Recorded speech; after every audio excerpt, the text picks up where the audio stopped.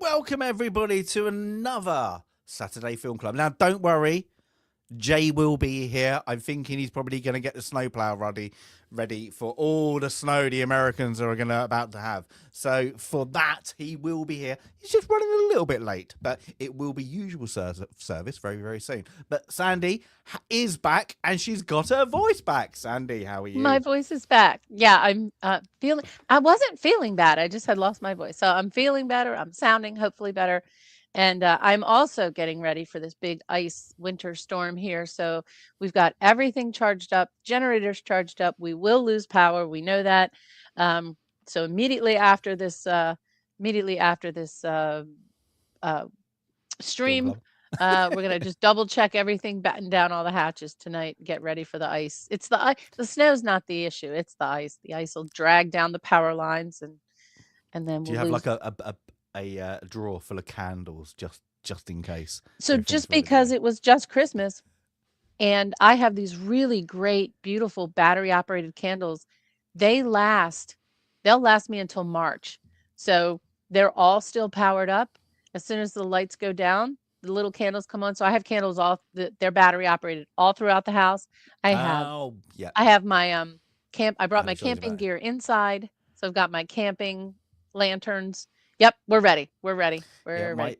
My stepdad always used to have like the oil lanterns, and when it did, boom, burning them, and that stunk out the house. That smell was awful. It's like, oh god, you had a power cut? Yes, because we can't get rid of. Was it they were beautiful things? They were like these big, ornamental things with the big glass bulbs, and it was like that, this wicker, and he like that, and he'd be like, no, and I think he loved it every time. Power cut, get it out.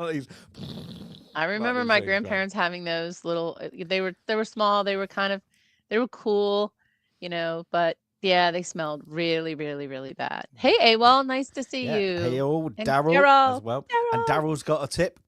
Have you got plenty of baked beans, or he's got plenty of baked beans? But I'm guessing you're West Coast, so I'm guessing it's not the whole lot. I'm guessing it's the colonials, isn't it? And some of the South, isn't it? It would be baked beans is Boston. That's Boston. No, I mean, no. Have you where the weather's going to hit? It's not going to hit in California, is it? No, but pretty much from the Midwest all the way here. It's Midwest. A big storm. It is a huge. What's it? Storm. What silly name have you given it? They didn't name this storm. Well, whole story. The National Weather Service was totally opposed to the Weather Channel naming storms, as was I. You should only name a, hurricane.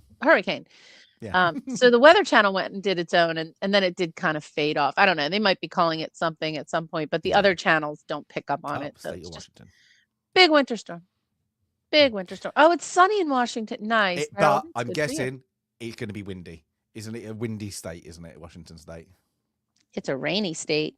Rainy and windy. So sun is a treat out there. When I worked out there for a short period of time, we would have sun breaks. When the sun would come out, we would all go outside because it was so rare to see the sun. Would that make him a Seahawk fan? Ooh. Seahawk fan, Daryl? See, Mariner fan? I know my NFL now. The baseball team is the Mariners. Okay, yeah, I didn't know that. I actually, sorry, I'm going to go right off topic now. There was a good quiz question I heard the other day. What is the only city in America that has a American football team, an ice hockey team, a football soccer team, and a baseball team? Oh, and a basketball team. Okay, soccer throws it off. I don't know. Yeah, I love that, and I was like, that is good. Do you take a punt? Take a punt. Somebody take a punt. I mean, I'd love to say in the oldie days you would have said Los Angeles, but it's not. What is it? Chicago. Okay. when you actually, oh yes, you're less. So That I couldn't totally get it, and I makes was like, sense. and the worst thing is, I got every team, and I forgot Chicago Bulls. I was So like, I will tell I you, was like, oh, so Washington, D.C. has football. Well, let's say, okay, the basketball team plays at the Capitol Center. The Wizards hockey team is the Capitals. Wizards is basketball. Nationals is baseball. Football is the Commanders, and DC United Soccer. But the Commanders play in Maryland. That's probably there you why go. it's not Washington, D.C., Mm, because the DC football teams actually play in Maryland. So mm. that must be why. There you go. But like, I'm all sports on today. I feel really sporty because when Jay gets here, we might have something because the Boston Bruins are playing the Montreal Canadiens tonight. So yes, Oh, wow. I might be watching a little bit later at our time. It's just after midnight, so it's just like, oh great. But And I you did root say, for Boston, and nah, get lost. The thing is, the girlfriend does, so that's Jade why roots for everything. Boston. That's She's so yeah, because she lived in because she lived Boston. there. Yeah, Yeah. so she got hooked on and went to games, and then and it was funny when we first met. She was like, "What?" And I was like, "Oh, it's okay. We're English. Forget. We don't care about that rivalry." But the rivalry on this movie is one of mine. Is a little bit of a forgotten history, I suppose, like that, and It is. an untaught history. This is a really significant for the battle and what happened to the charge of the Light Brigade movie. So this is the Light Brigade, a movie about what happened to them. But I think we've said, you and Jay haven't both watched the movie from 1968. There is an Errol Flynn one. Anybody wants to watch it? That is a romantic, over the top Hollywood Errol Flynn movie. Yeah. I don't like it when it's one. Hey, They and start to there grind we my go. nerves. Talking about the Bruin, he comes in. He's here. Hello. Hey, Jay. Sorry for Hey, being Jay. a little late. How's it going? That's it. We said you're probably going to get your snow plow out. Yeah, well, ready. I'm glad you're both already aware. Yeah, it was all pretty much related to getting ready for the storm we're Me about to too. get. Yeah, I was gonna say I haven't looked at like the totality of it. I know quite a few states are getting crushed by this. I think I just It's didn't know not here exactly what yet. regions. So It's yeah. we're in the 10 to 12 inch zone for Okay. snow, and then an inch or two of ice. So we're gonna have the ice afterward, and I think you're gonna get all snow, right? So you'll be okay. Yep, we're looking at, I think where I am, anywhere from like 12 to 24 inches of snow. Yeah, So you're gonna get we're a gonna good get one. crushed. So it was all kind of going around. As you can imagine, the whole like world in this area is just like, you'd think it was the end of times. Everybody's It's running to every true. store, the It's grocery true. store, Home Depot. And I actually had some like casual, just regular errands I needed to run today. And of course, it's just the worst day to do it. So I had to go to Home Depot, pick up a few things. And I thought about the grocery store, but as soon as I drove by, it was like, there's no shot. I'll be fine. I'll pick that stuff up on Tuesday or Monday, because it is just a zoo out there. So yeah, hell of a day, hell of a Saturday. I went out Well, Wednesday it's night. just crazy. Yeah, I Yeah. went out Wednesday night and I took photos of shelves, no bread. Oh yeah, yeah. I mean, bread, just bread and Wednesday milk. night. Like It's crazy. People run out like I don't know. It But makes no sense. I don't know what it is about bread or milk either, but like, not for nothing, those are the two worst things you could buy if you're about to be stranded in your house. I mean, Pretty nobody's much. going to be stranded in their house. Everybody, it's going to be a snow. They're going to plow, and everybody's going to be fine to go the next day. But it's not. But like God you're there forbid for, you like- were. That's the worst thing. Like, get Yeah. canned foods, the stuff that can last, not the stuff that expires the quickest. Yeah, but I've you're never not going to be understood it. confined for like 2 weeks. It's not No, like it'll actually, be a right, day. you're in your house for 2 it'll weeks. be a day. It's Yeah. like, it's a little snow day for everybody. It'll be a Yeah. ton of it. Don't get me wrong, but I think for us, a lot of it's overnight going into Monday. Mhm. So like, no school Monday, no work if you can, afford to not go to work, in terms of like essential workers and things like that. If you can not go to work, don't go to work. Schools probably can't. Well, schools will be canceled. Not They're probably. already canceled here. Right. They've So already canceled everything I'm here. sure I'm not in tune with it as I'm sure other parents are, but Yet. I'm sure there's no school for kids. Yet So it's you like will soon. well, yeah, soon enough I will be, but so it's like, yeah, stay home, let the snow fall, let the plows do their thing, and then you do your thing for your own personal driveway. Chill and off out. we go. Yep. Off we go Tuesday to normal life. So I don't get it. I don't know what it's all about, but it really impeded my ability to do errands today in a normal fashion. I still I laugh when everything's going. It was 87 or 89. I can't remember when it was. The hurricane in the UK. It's literally my mum went, "You're going You to don't school. have those all the You're time. going to school." Literally. And then she got to school, and they cancelled like they school thing, and she got really like, "What? How dare they?" I was like, "It's a flipping hurricane." Like, there's certain things, but like we had a little bit of snow, but yeah, they cancelled the school the day before, and they classed it as health and safety, just in case the surrounding areas got slippy. And they're all about somebody's going to sue them, aren't they? That's what it is. It's not about the snow access. Sometimes it's about if somebody slips, making sure everything's and we covered. agree with that, Right. it's literally they don't want that being taken to court kind of situation. But yeah, I don't know. good. People and weather, it tends to be a lot of overreact, especially in these areas here in the States that get snow. It just tends to be such an overreaction, and then God forbid. Something like Texas, I can imagine what it's like when they get a little bit of snow, just because they're so not used to it. It must just be like the end of the world there too. So, and all the Canadians and the Scandinavians are going, "What are you talking?" Yeah, like what's wrong? What do you guys? Laugh What's at the big us. deal? We accept it. We deserve it. But so I think a lot of this country's getting it this week. A little bit of either cold. I think Texas was getting cold from what I hear. Some extreme cold moving in, and then snow kind of all over the eastern side. So I don't know. We'll all just have to see what we get, I guess. There we go. And welcome to Weather Club. Yeah, it's always something new. It's what old people talk about. It's what old people talk about. We started off about sports, weather. Yeah. We've not even spoken about the film yet. There we go. We're not talking about aches and pains today, though, so okay, but there we But Jay, we were saying anyway, so we confirmed Sandy hadn't seen it, you haven't seen it. No, I had never seen it. The Charge of the Light Brigade.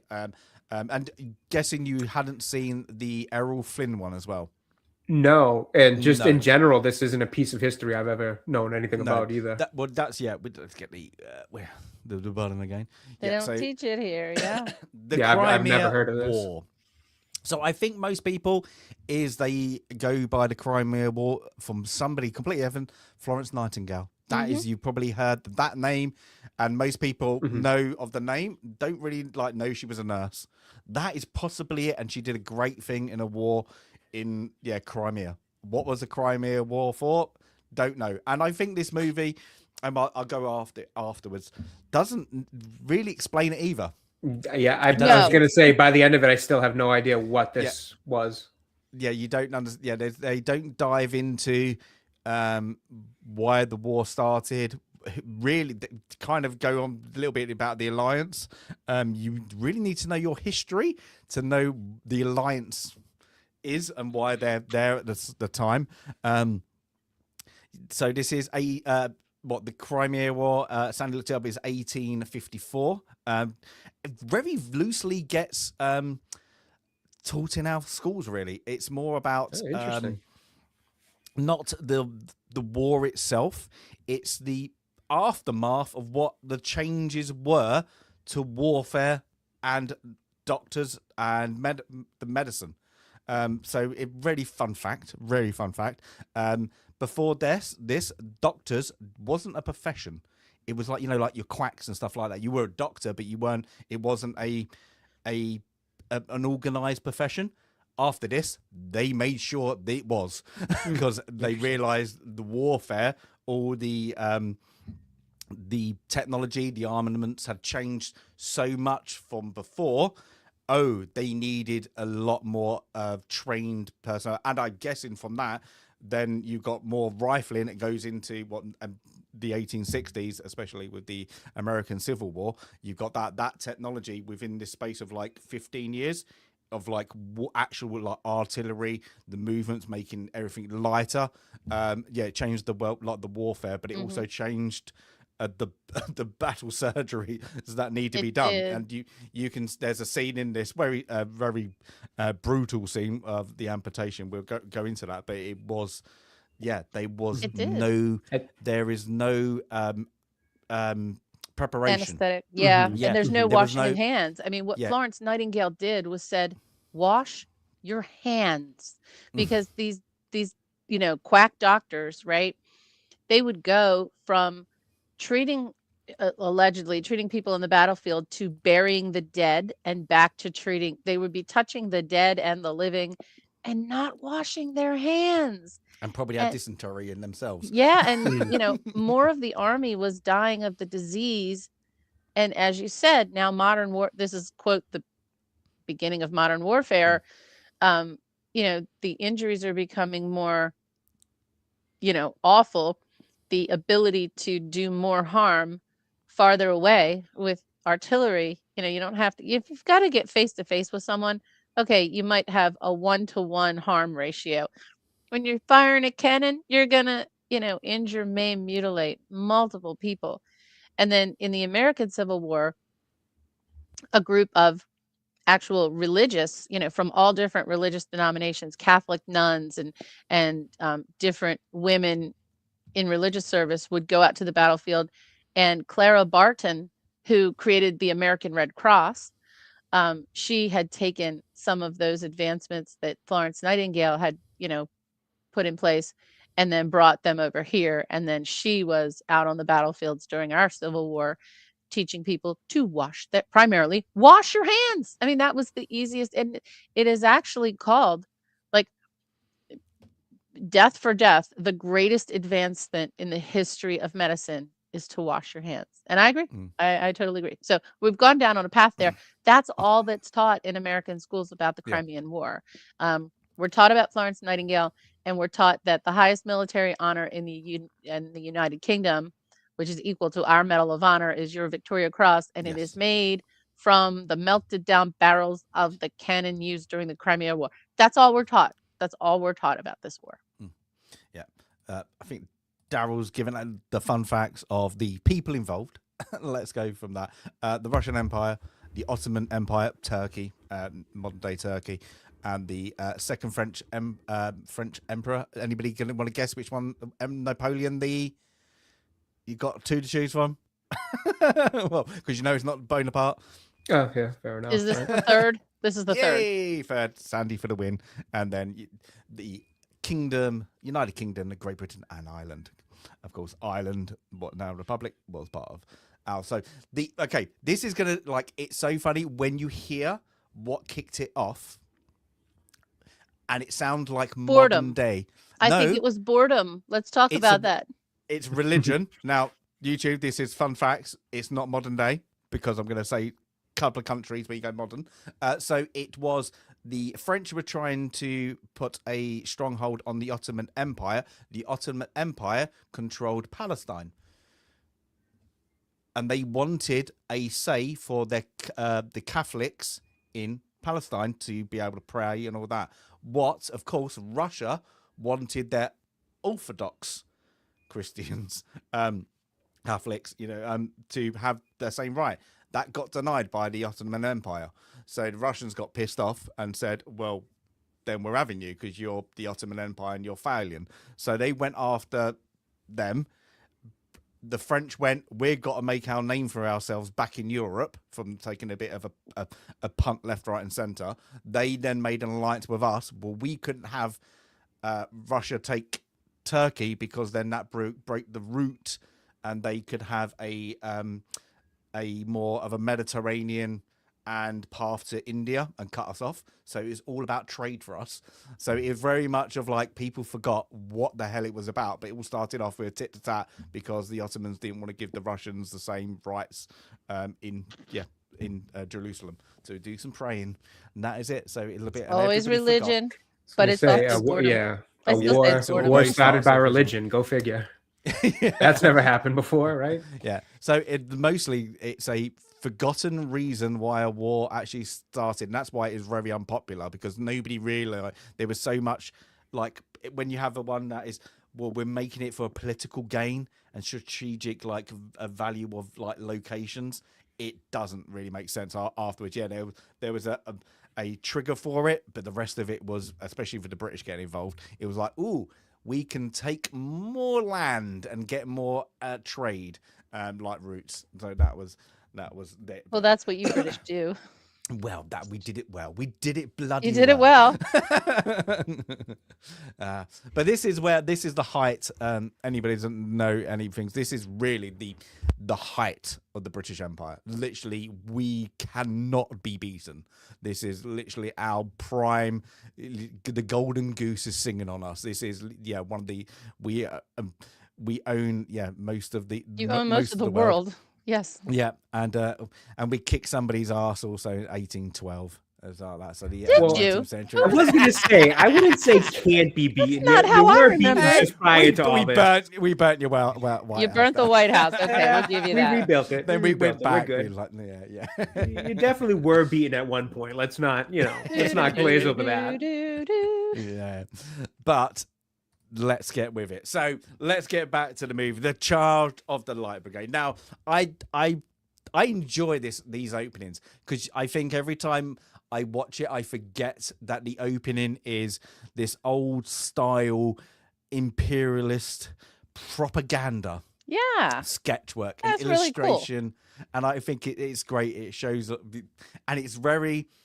I think this movie builds itself up as one of those, like we're going to show the Rah, country rah. it's about is raw, look at how powerful it is, and we get modern day ones of that is you're doing it, and of course it flips. But I do enjoy the lion sleeping, and then you get the Austrians and the French, the alliance happening against Austria, so against Russia, for Turkey.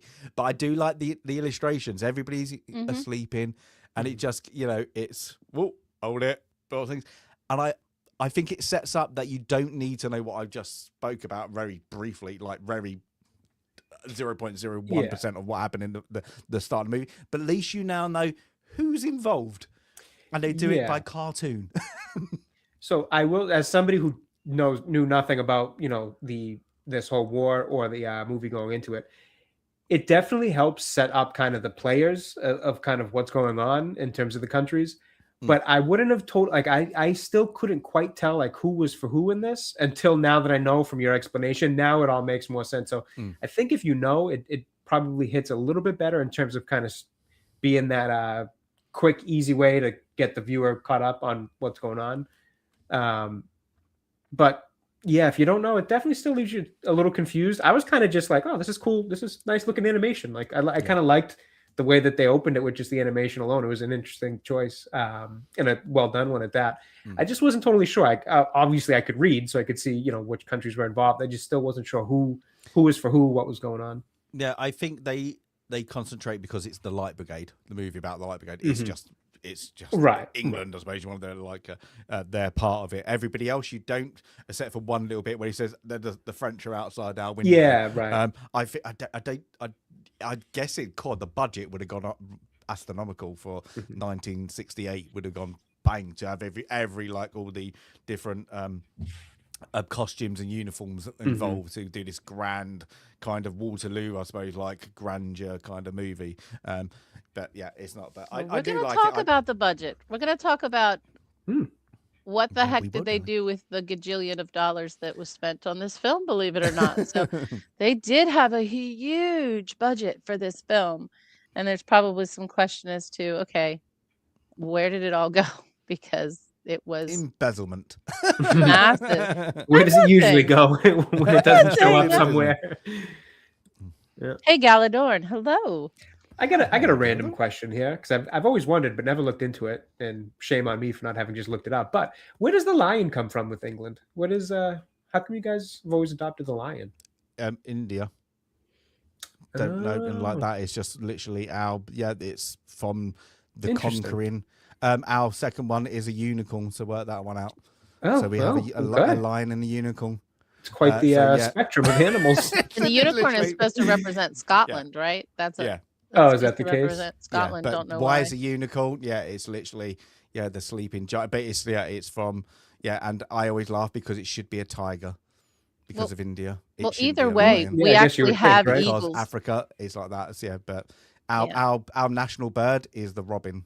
So I'm guessing they didn't want to have that for England at least. So But Oh, you they have want to- something fierce, so you go for a yeah, lion. it's Fair literally enough. it's I'm guessing it's the fierce, it's the mighty all of them all, but it was that region. Yeah, and then going Interesting. into, yeah, I've always Africa wondered and that, and I've India. never looked it up. Yeah, it's a Our- bit- it's a at least bit- our eagles are here. Like That's our true. national That is animal true. is actually. Does I, make I sense. see We them have a every problem, day. yeah. They are. But yeah, They used to be but you must have endangered. what's your that's your national bird, and is it can't be It's your our national national animal, bird, Oh, whatever. you don't have a We national don't have animal? another animal. No, No. just Okay. the bald eagle, as far as I know. Oh, I see what you mean. Bird versus. Yeah, okay, gotcha. Yeah. Just the bald eagle. Yep. Yeah. I don't I know mean, if it should be the buff. If you were to say a national, animal, it would be the buffalo, but the classic buffalo is extinct. So bison, and then we'll get into Bison, that whole right. conversation. So, but the American Yeah. eagles are thriving.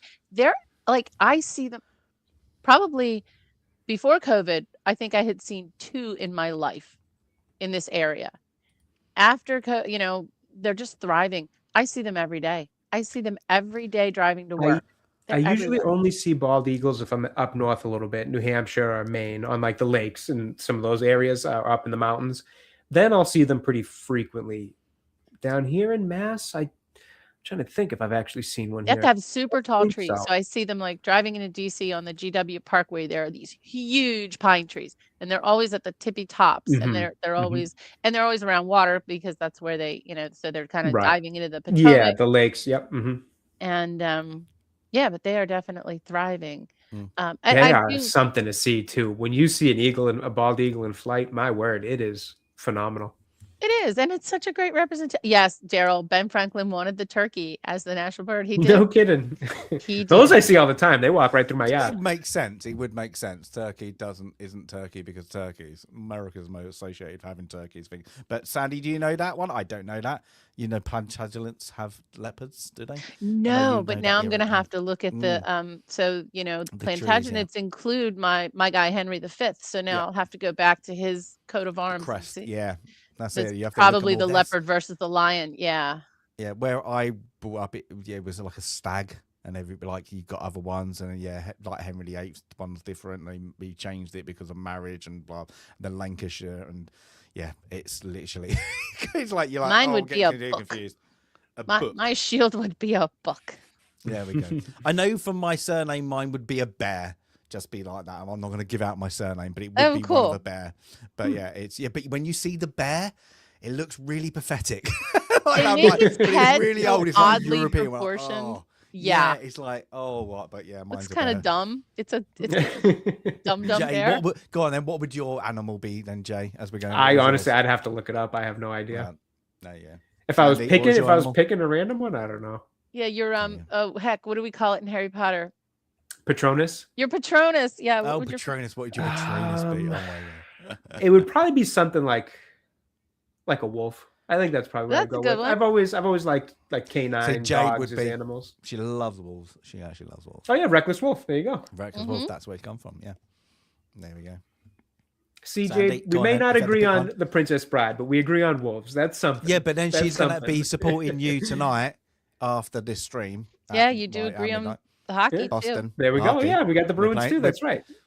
Bruins Montreal tonight. Just saying it again. Saying it. I think Oh, I've said it jeez, 3 I didn't times. realize it was tonight. I've been so focused on the Patriots game tomorrow. I didn't realize it was tonight. There you go.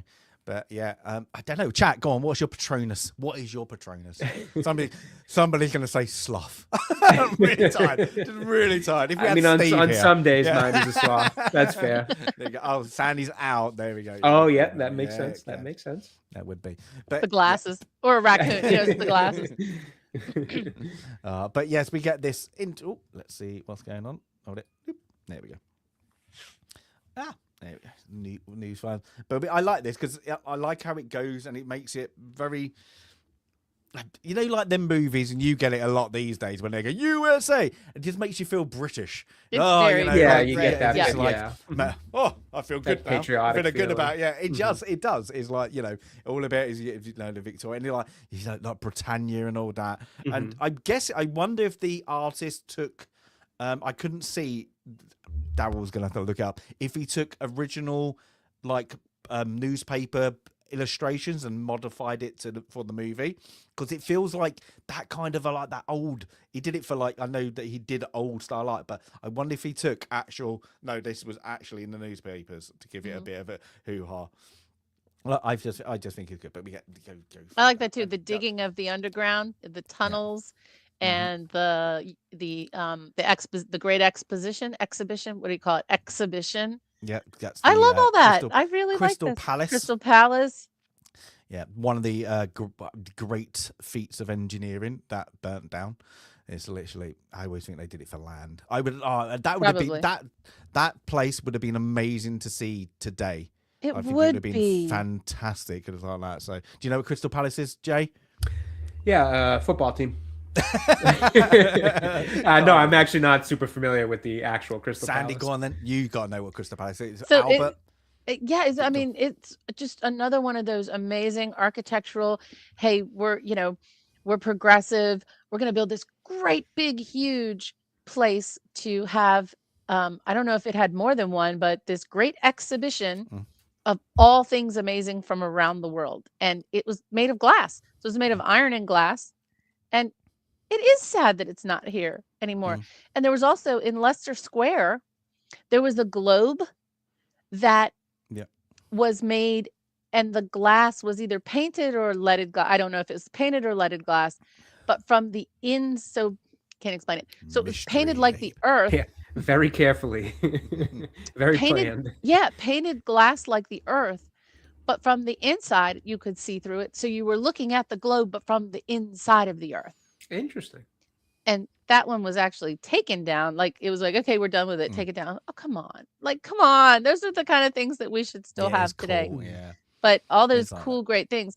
During that great exhibition, whatever it was, 1890 something or other, my ancestor, who traveled across the United States, who gathered and picked up rocks from Maryland to California and back, he ended up being an accidental geologist. And a few of the rocks that he picked up in the desert, actually in the salt flats of, I think it's Utah or wherever, he picked up rocks that later were examined to be fossils that helped to prove that the Great Salt Flats used to be an ocean. Yeah. And long story short, he took all those rocks to that great exhibition. And that's how that all started. And his name was Josiah Grendelmeyer. You'll never forget that name. And he landed here with the rest of my family. The rest of my family stayed in Maryland.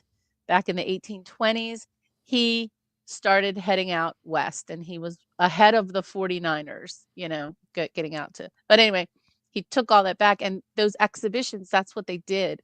They just brought the newest innovation. This was the Industrial Revolution, and people having a thirst for knowledge and learning about stuff. And we don't do that anymore. We kind of used to do a World's Fair. I think that died out in the 1980s. That's actually what this reminded me of, was like the Chicago World's Fair. Yeah, kind of like that. I always remember the World's Fair. I'm going to go. I think it always in Men in Black. Yeah. The New York one. Mm-hmm. Yeah. That's it. But yeah, we don't do these things anymore. No, because we think the internet takes over for it. The internet.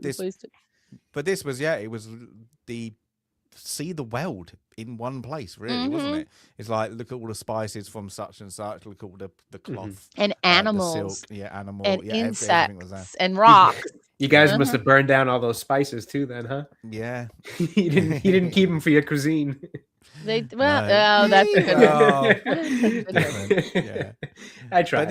It was Albert did all this, so Victoria's husband, who should have been king, but he wasn't allowed to, because he was not German. Allowed. Yes. Well, but you don't crown kings of queens. You don't. No, but you still gave him the name, the king. He wasn't allowed. And now but he was Prince. He's a Albert. bloody German. He can't have that. So he was Prince. He's a German. Yeah. Yeah. So yeah. You two ever seen the miniseries Victoria? Yes. Oh, I have not. No. I love that. If you like period drama, it's really good. I think it's Claire Foy. Yes. Who she played a really good really good. Also then played the young queen in The Crown. Oh yes, she does. Yes. She played the first two seasons of Queen Elizabeth, not our queen, this queen. Queen Elizabeth the queen. But yes, anyway, Crystal Palace. That is Crystal Palace. But I do That like is this. Crystal Palace. It shows the Industrial Revolution. Love it. Also, I do like this. It's proper non-PC Oof, in a way. colonialism at its best. Yes, but look how I like the illustrator has made sure the Queen Victoria is bloody nearly enough 3 times the size. Yeah. It's literally you bow down. It is the empress. Sorry, is you will bow down to, like, you have, like, it's, and I'm guessing they're kings and queens in their own rights of the Commonwealth. Except for that gentleman in Native American dress, it must be Canada. That must represent Canada. Must be, yeah. And Must then be. you've got tea. Tea, yes. But then you get more. I do like this. It's good to show the they're showing advancements also in technology, trade, and it's all just by sketches, and then you get into the movie. Now I'm going to do start a poll because the poll is interesting. I had to look this one up. Of this is the cavalry. There is. I'm going to go in there. There are historical inaccuracies just because there are so many units and they had different clothing. I don't care because I can't remember all of them. There's the Hussins, the light by foot. If you go into it, there's so many different versions. I just need to know they're the cavalry and they all wore one uniform, and I don't really mind that in this. There's the cavalry, and then there's the light brigade who are different uniforms. That is it. If they did it to historic, I think people would have got more confused. Is why are they in that uniform and why are they wearing that hats? Why are they got that? It would have made a nightmare. So I don't mind it. And straight off the bat, I don't really care. I think it is what it is. You're getting a kind of cavalry movie straight away. That makes sense. Really That's why uniforms in the American Civil War are often oversimplified too, because, well, for some, there was no uniform, right? In film, you see the crisp blue and gray, but for some, there was no uniform. There was no blue. There was no gray. You were just wearing whatever there was to wear. But in film, you have to make sure everyone knows what side's what. So they keep it pretty simple. There was one. It was they had to change also one of the trousers. Because they were like, oh, let's have that for like a dress uniform. But the dress uniform was used modern day in 1968 by the US Marines. So they were like, people would get really confused. Is why? Oh, they'd think you were being anachronistic. Yeah. It's like, no, kind of. It was just, it's everybody nicks everybody's ideas. Even if accurate, sometimes you have to be purposefully inaccurate because people in the crowd are not smart. They're like, what's going on there? Yeah. So we get that. But now we get our. Now I always laugh at this because he's the headlining star of this movie, Trevor Howard, who is the arrogant Lord Cardigan. That we get that. It's very hard to support that he's the lead in this. I know he's the thing, but I think I forgot his name. Oh, I would have never thought he was the lead in this. No, it's because he's the most famous actor. Billing, David Hemmings. David Hemmings, who plays who was playing Nolan. But because of the billing, I'm guessing he was like, no, I'm the famous one, and it's him and Gielgud. Yes, who I know Gielgud. I think he's more known for his Shakespearean. He's always or the kind of medieval. He's always the person playing the elder statesman kind of in those things, and like Trevor Howard, I don't think he really came across the pond, if you want to call it. He's very a British establishment actor, isn't he? Very I don't know him. I'm looking him up on IMDb now because I was like, I know some of the work is in, but I couldn't see it would travel onto over the pond. But then you have Vanessa Redgrave. I think she did, but the rest. Oh, she did for sure. British. Yeah, we know her. The rest aren't things. So I'm guessing they realised her talent because her billing's quite higher than the person who's probably got the most lines. And she was such a stage presence. Yes. So Trevor Howard was Brief Encounter. He was Dr. Harvey in Brief Encounter. Some of these other films of Trevor Howard, like, I don't know them. That's why I think like he's more of a stage. He's and several of these actors are probably stage actors. Yes. Um, Oh, they would all be. Yeah, you can tell by how they deliver some of the lines. Here, AWOL didn't Cromwell standardise the army years before, but Toff wanted it to look flash. He standardised a standing army, that you would always have an army standing ready to go. That was the only difference. So yeah, it was prim and proper. But he made sure that you would always had an army that was paid, ready to go. Whereas everybody else, I'm guessing, like militia, then they all call them in for their lords and gentlemen's. But yeah, sorry. So we got Lord Cardigan, who is part of the cavalry, prim and proper, all like that. Like it is, I say this is what we do today. We've not changed. We know how to do our military parades. They're prim and they're proper. But yeah, you do them better than anyone, by the way. The British do them extraordinarily well. When we do like the changing the color or the tattoo and the we don't do birthday. that. Yeah, like that. But we get him looking, and it's I do like the look they give him. They give him that stern British nobility shoved up their arse look. Let's say that is the most politest way. It's like, I'm a lord, I've owned this by my name, and it's just like straight away you get a put off by him. Just by kind of just by his face.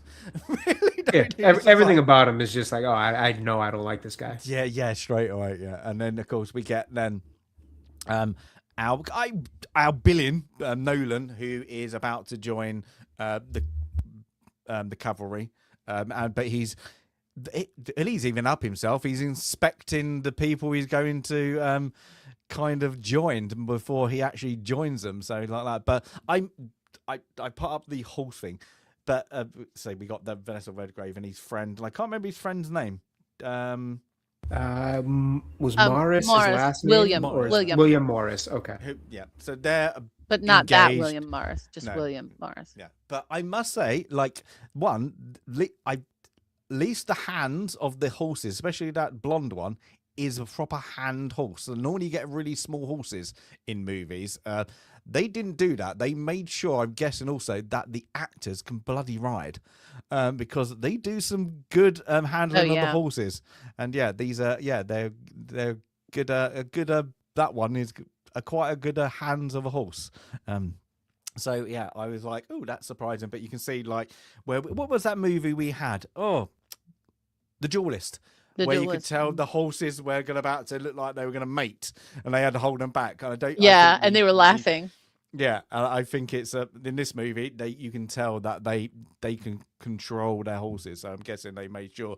Can you show us that you can ride, not just tell you can actually ride a horse?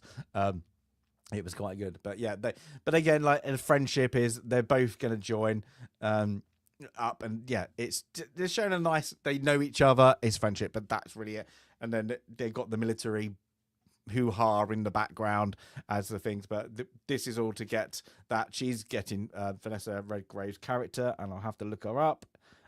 What's her name? Clarice. Go by Clarice. They're getting married, and it's the old British church bells are going on. Do you have the church bells like that? I wanted to ask. Yeah, I didn't know. Yeah, it was just a British thing. So we get Lord of all the rich, they're all going married, and then I do like this. As I've just finished Downton Abbey, it just reminds me of an outside Downton Abbey. It does.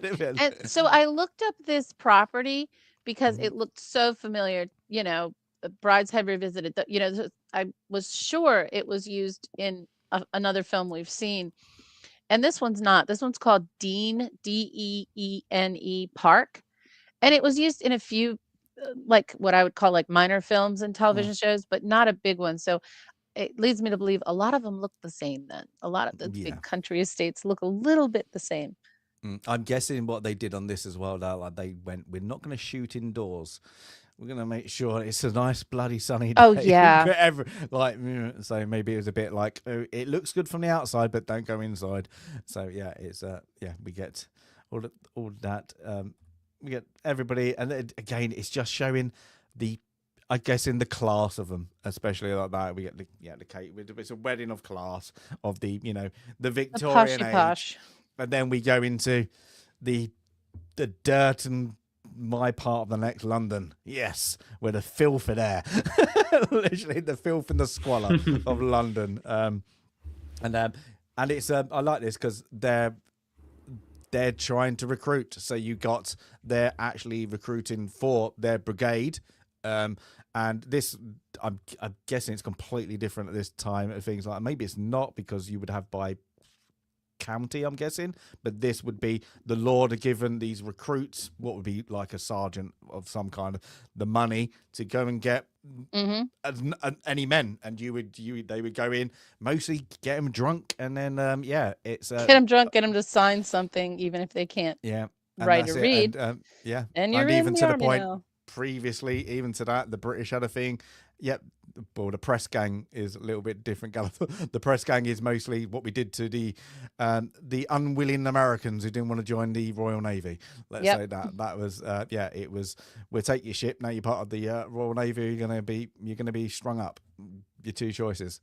Literally. But this is it's known, so we get this good old sergeant.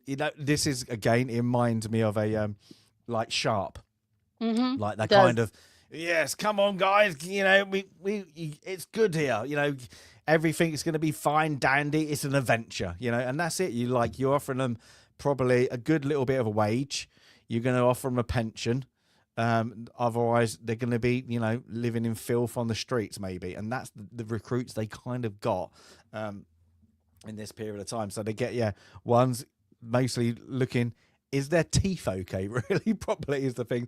But they even take, this guy's, he's just come out of out the nick. So he's well, I've just been out. Well, you've already served time in Your Majesty's service. Come along, and it's going. Off they go to Well, they find out later. Many of them don't even know their right from their left, as we find out later. Yeah. So we get straight into get their kind of clothes off, because I'm guessing mostly filthy, but also probably lice. It's gonna be lice. So they're probably doused in some some kind of lime sugar. They would douse you in kerosene. Oh, was it? Oh, yeah, and then rinse you off. That's what they would do to get the lice off of you. It was kerosene, which is gasoline, kerosene, those kind of things. Yeah, they would douse you. And that's why in the army now, you join the army or any of the first thing they do is they shave your head. Even today, or delousing. Delousing is it's making me itchy to think about it. Oh god. But it's like that. Even like this, it's like how they knew about like why we called limeys is because like cleaning and making sure you ate with lime, and nobody realized that, but it stopped scurvy on ships because it's vitamin C. Things. And so it was good because you got fresh fruit and vegetables. You didn't realize it, but also cleaning it. You clean in with like an anti kind of septic on the floor, something like that, and nobody else got it. But that's why we're kind of called limeys. That's it. But I like this again. We've had the officer on the left there again going, he's very. Look at them. We'll get him in shape. What do you think? It's just showing again the arrogance of the upper class on this. And everybody's below them. We can use them as a tool, to make their stature coming on that. But we get again. I'm guessing they're. I don't know what you call it. Their regiment. I'm guessing like that. They're bored of like a catch. club. It's like a men's club for the officers versus the enlisted. These are I think these are more the officer type, right? Yeah, these are the officers, and I'm guessing most of them is daddy's really rich, and it happens today, and I always found this absolutely hilarious that they have to do so many years in the army, or mostly the army. The Navy they normally get invited to because of their senior service, but they get it to earn their inheritance, and I'm guessing this was it. Daddy did it, granddad did it, so you have to join this regiment. If you don't join this regiment, you don't get daddy's money. I'm guessing this because they're all prim and proper and up themselves, and they're all bored. and that's it. They don't really probably want to be there. They just have to be there, to tick that little box in the. Well, and it's those clubs too, though, yeah. to be in the, the special clubs Mm. down on the Pall Mall. You have to have served in one of the armed, the Navy club and the Army club Yeah. and this club and that club. So yeah, they got to do their time so that they can maintain their status in society. But yeah, they're all a bit bored, and what's the name turns up and falls over like that. What's the name? Nolan gets him up, and then of course we get back to the reality of the service of the normal life, literally bleeding limbs, being worked, really badly. Their money's being stolen from them, and they're literally now the property of the Lord under the name of the Queen, really, like that. So their service is, it's really bad. They're just showing that. I do like this bit. Is like they're showing their wives with them, even at like basic. I was guessing this is basic training. They've still got their wives around, or the washerwomen, all hanging around. But you can see. Yeah, I hate to say it, but the reason is so somebody can do the laundry and sweep the floor and make the beds and do all the work.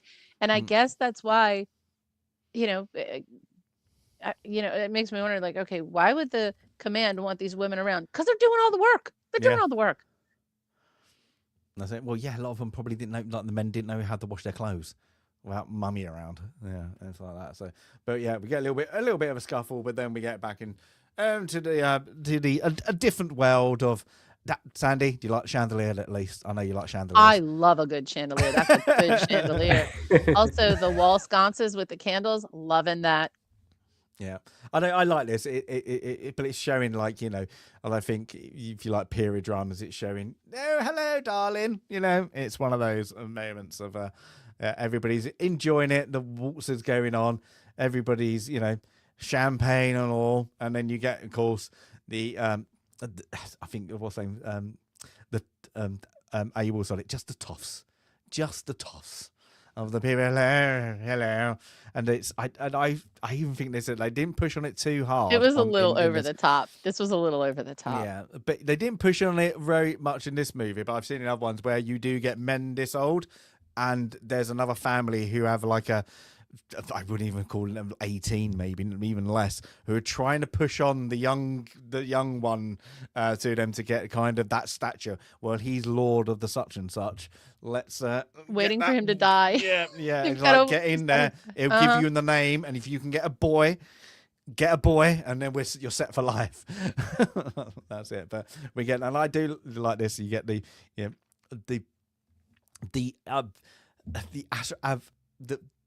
kind of the drawing of the fat, like, pimp posh, like that. This fat guy, he keeps them popping up. He's like, well, you're no good to anyone, but you're there because you got a name, and that's it. So and he's that way because when you get to a certain level, there's nothing else that can entertain you, right? It's like people today who do stupid stuff, like you're swimming in money, you've got all the cars, you've got all the planes, you've got all the women, you've got everything. So you end up doing something stupid or just being stupid. And this guy, because sorry, he shows up 2 seconds. I'll be right back. I'm just going to fill up my water. I forgot. Oh yeah, this guy makes me feel like, because when he shows up on the battlefield later, it's just to be entertained, and so there's nothing new that entertains him because he's got everything. So he has to go watch people being killed on a battlefield, and that's just like.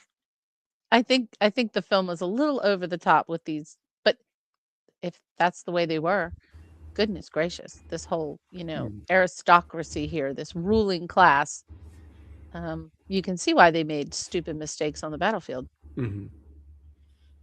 Well, just, and my dog's barking. Well, yeah, it's just like no care for the soldiers or the people actually fighting the battles. Disposable, and it makes them disposable.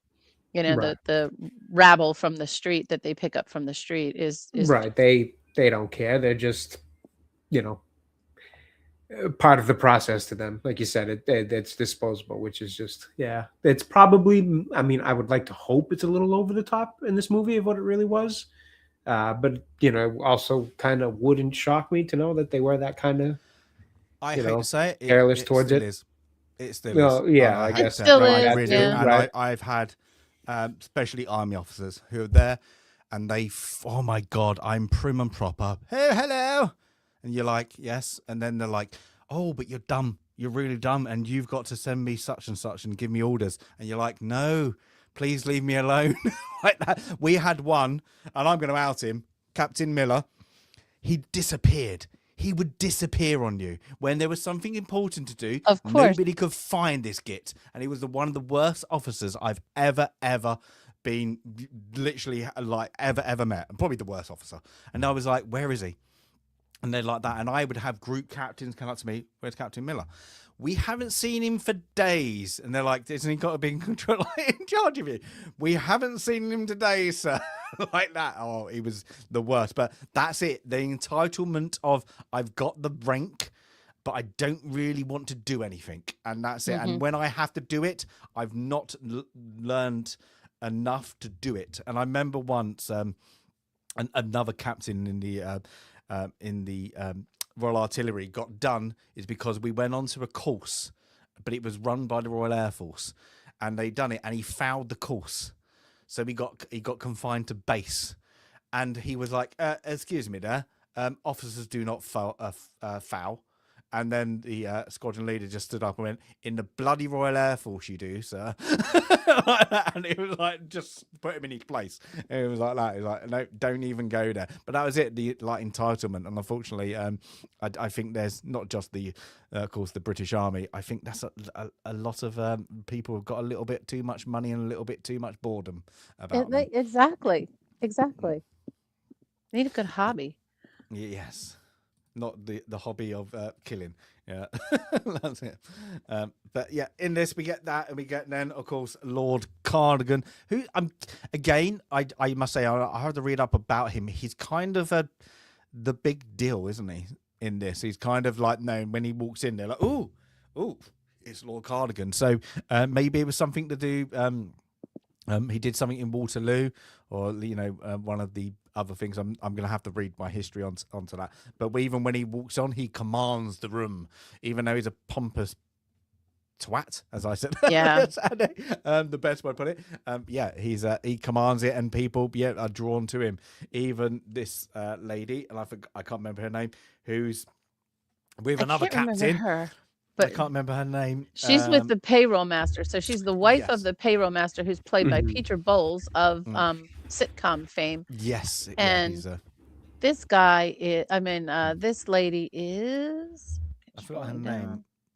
She just missed something, isn't she? I don't think they have a first name. Is she Miss Dudley? Dubberly, yes. Dubberly, that's it. Miss Dubberly. Yes. And then she's like, ooh, she takes his... Giving him in the eye, kind of wants to get close, but also I like how they want to get close to people, and they do it a bit on this. But they also, we will talk behind your back until we get an invite, and that's very nice, like that. But I like it a little bit. Sing and dance again. There he is. He's the British sitcom guy. I like that. I do like, and I always laugh. You get, and I don't know how you explain it to somebody now, is back in the day, women had a book, and then men would go up and put their name down in a book for times they were allowed to dance. Yep. We called it the dance card here. Yeah, the card. It's brilliant. In the United States. And you might have people say, hey, do you have room on your dance card for me? Mm-hmm. Oh, I feel like I've heard that reference before as like a turn of phrase, but not actually with there being a card. I think they do in North and South. Patrick Swayze. They do. They do. So the lady, normally it's an old married lady or an old dowager who would host these parties, and she would be like the matchmaker, right, of the town. And when you came in, you would get a card with your name, or that might have been your invitation. And then the gentleman would put their name down on the card, and you were supposed to find time to dance with the gentleman on who've put their name on your card. I don't know, I think that's kind of funny. Now we do like swipe right or left on speed. Fair enough, speed. Right? It's it is literally speed dating. it's speed dating really, but by dance. It's literally is funny. Like, oh no, It is. yeah. And they probably got like, you need to speak to such and such, or you like them, and then you're trying to get the your name put in the card. And it was, and I've seen movies before, is where their card isn't full.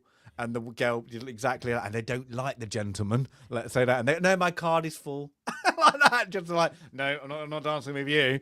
Yeah, but like, they're either beneath them or they don't have a look. Well, I there's think even it's the funny. song by the Drifters, "Save the Last Dance for Me," and it's really about the last little bit of room on your dance card. Make sure my name can fit on there, so you can dance with me.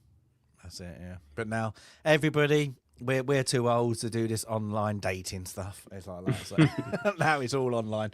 Me and my girlfriend got told when we how did you meet? And people went, you met in the real life, like in the real world. It was like, yes we did. Like that. They get really confused. Right. How did you do that? Yes, we but we get this, yeah. So we get more, and then we get a little bit of now it's thrown in there very subtly at start. Vanessa Redgrave's character, what was the name again? Clarissa. Clarissa. And Nolan is he the dancing. There's and a little thing there. Yeah, there's a little thing, but it's mostly, is it friendship or is it something else? But it's little, because he's friends, so you don't know if it's either or. And then of course we're going to just go back to the pompous prats going around just talking themselves up whilst they have to listen to other people, really. And you know what else is like the reason why they're this generation, these oldsters are so are making such poor decisions is because they grew up in the shadow of Nelson, and and even figuratively in the film, they keep putting that statue of Nelson in the way of the Lord, whatever his name is, Lord Ragland. Ragland, yeah. And I think what it's trying to say is, were they too young to fight at Waterloo, or they might not have been born? So they don't have any glory. They grew up in the shadow of people who had all this glory, and Britain now has not been in a war for 40 years. So we want our slice of glory. And but they're past it, as you all say, right? They're really past it, and their decision making and leadership capability is driven purely by wanting to get a win under their belt. And oh my God, just how horrible this whole crew. I don't like any of these oldsters. No, I don't. Of course not. But I think it's even that, like, you've got, especially if you're, I suppose you want to call it an army brat in officer times in this era, you've got the Navy literally ruling the world, but they're ruling it as well by trade. And the British Empire getting big by trade, not by war. It's all by trade. So you got these army guys who are kind of having to serve, but they're not doing anything like that. And so, like, you get that, especially we got many films, is we're going on an adventure. It's all an adventure. It's not like, real. And you got like even the First World War guys, they all signed up, thought they were going on this grand adventure of time, and exactly there, like they have their last shot, and in this movie they have their last shot of glory, given their name, up in, get their own stature, I suppose, like that. But it's a little bit stupid, yes. Epic, epic, yes. But yeah, we get that, and we mostly just get the dance, and we get quickly go past it, look at the dance, and then we get, again, this is your Sandy, your one of Wellington. This is Wellington. It's Wellington, isn't it? I think so. Wellington, isn't it? Oh yeah. I'm sorry, Wellington, not Nelson. Wellington, yeah. Yeah, because they said the Duke. Yeah, I'm sorry. Yeah, Wellington, not Nelson. Yeah. So of going, he's thing, and they don't know where to put him. So like that, and then they're all like, "Oh yes, yeah, we don't know where to put him," but we get we get the office, the class, and we get everybody in things. We're just getting building up really now. Where's everybody going? And again, Lord Cardigan's coming out with his hounds, with the things, and everybody pays him attention.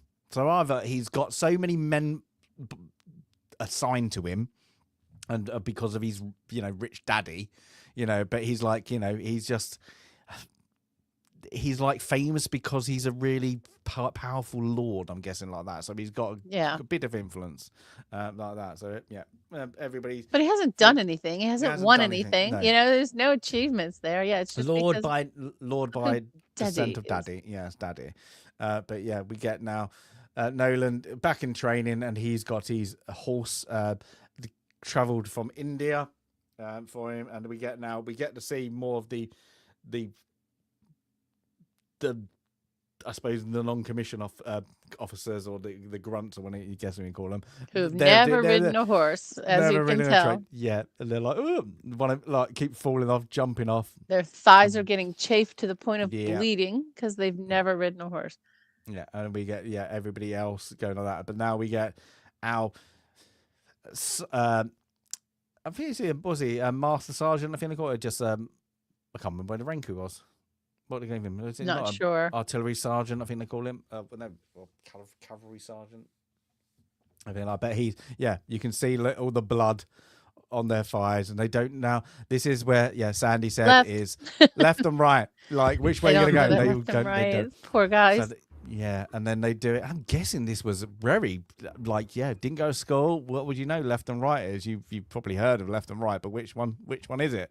And they did a thing of like. Yeah, put the straw down. So to put that. So your left is your straw, and then like that, they don't even get it when they say it. Straw, move just straw forward like that. What are you talking about? But yeah, I'm guessing this is through time. This is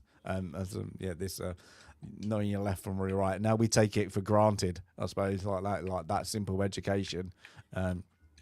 But here's a question, and this came up in, I don't know, some philosophical television show at one of those sciencey shows. Left and right can only be described in relative terms, whereas east and west, north and south are fixed. So if you have no need to read, to do other things, if you grew up on a farm, or you grew up in the in the greater world, you need to know east, west, north, and south. You don't need to know left and right because they're relative. So just going down that little, how would you write the definition in the dictionary of right and left? It's really hard because you have to describe it in terms of just where you're sitting right now or where you're standing right now. Just thought I'd throw that out there. The only way I could would literally be the way you would teach it to a kid, which would be left, and just make an L with your left hand. Yeah, if it's facing the right way, then it's left. That's really the only way to honestly one of the few ways I can think of. You can't even say hand you write with, because not everyone writes with their right hand, and you can't say it's the. Oh yeah, I guess that's a point. Yeah. That's and your human body is symmetrical, right? You can't say, well, it's the side of your body that has this. We're symmetrical. So anyway, all I can think of is you put both hands up in an L shape, whichever one makes an actual L to face in the right way. That's your left. Mm-hmm. So I'm trying to cut them a little slack here for not knowing their right and left, but some of them can't read. Some of the, it is an opportunity for, folks living on the street, essentially. Yeah. Here, you got a job. Yeah, you got a steady wage. Whatever you do, you got a steady wage, and there's always, and they get them pushing it there's always a chance of glory. So it's like that. And so we get them doing their parade, and then we get, of course, a little bit of inspection. Me and Sandy discussed it. We won't discuss what they call the Indian in this, but Nolan is. Again, they don't really go over his lineage, but I'm guessing from the way they talked, he was born by British whilst serving in India, and like that, and then he fought out there. So he's okay. He's the so only... I was confused why they kept calling him Indian. I'm like, just because he fought over there? I'm like, he's very clearly supposed to be British. I was so confused why I can't think of the guy's name. Just kept referring to him as Indian. I'm like, I don't get it. Yeah, it would be that if you were, again, it's a stereotype. Even though your dads probably were lords and ladies, but because you were born. You weren't on the mainland, right? Yes, you weren't. Yeah, you didn't in England, so they kind of like tarnished a little bit, and most of the people, there was very much people were pissed off if I don't want to go to India, and then what happened? What the British did to India, has made a lot of money for the people that went there because they realised we don't really need to fight. We can just make a lot of money. So yeah, that is. So you got the people who went, I don't want to go to India. Oh shit! I wish I went to India. Wish I'd gone to India. Yeah, because I would have made a lot of money. So there's also a bit of that. I'm guessing statement as well. But yeah, the Indian I'm guessing he's Batman. He doesn't actually have any words. I don't think you ever hear him talk. But he's the kind of the groom, and he's Batman really, for the groom for the horse, and he's Batman. So he kind of looks at him. But he's got Lord Cardigan has got a bit of disdain for that certain type of people who aren't English. So he's that face does it all. He's like It does. Yeah, and I must say, Trevor Howard. What a mug. But he is. He's got that face, and he's got the whiskers. He's like that. He makes you disdain the like of him anymore. It's not. He does a good thing because he's like the way he talks. Oh yeah. He's like, I think I'm better than everybody in the room. I'm the most intelligent person in the room, and I won't even talk to you. But also, he's facing this. Oh, he's just like, it looks like he's swallowing in a sour sweet all through the movie. He reminded me of the hunter from Jumanji with that kind of facial hair and the English accent and the kind of evil nature to him. He reminded me a lot of him. Oh, I wonder if they put that on. There was a bit of take onto that, and they were like, no, let's have that. But yeah, it wouldn't surprise me. Yeah. But in this, Nolan, he doesn't like Nolan, and he makes it blatantly clear. But unfortunately, Nolan, I'm guessing because of his background and he's got a bit of experience in war, battles at least. He kind of gives him a bit, he gives him a bit of jib back. I'm not just yes sir, no sir. I don't care on your rank. I will just push back a little bit. Whereas his friend, everybody else keeps stum. And yes. So he doesn't like it. But again, I like this with the Nolan character because they're making like he's well educated, and he looks after his animals, the horses, like that. He's respectful, but he's also and he's got like a friendship that he thinks, and he wants to progress in the military, but he wants to progress his way, the right way that he believes, at least. So he's got this ethics, I suppose you want to, at least things like that. But we get now back to you kind of get now like their friendship is a threesome. Every British period drama has the little picnic with, possibly will they, won't they? I swear to goodness, like every Henry James, everyone. This is where my gag reflex went up. I was like, oh my God, they're picnicking. But I always laugh because every film person in the world does it when they do English. They do it like this, and we're going to put something down in the meadow where you're going to get a tick and probably Lyme disease. Exactly.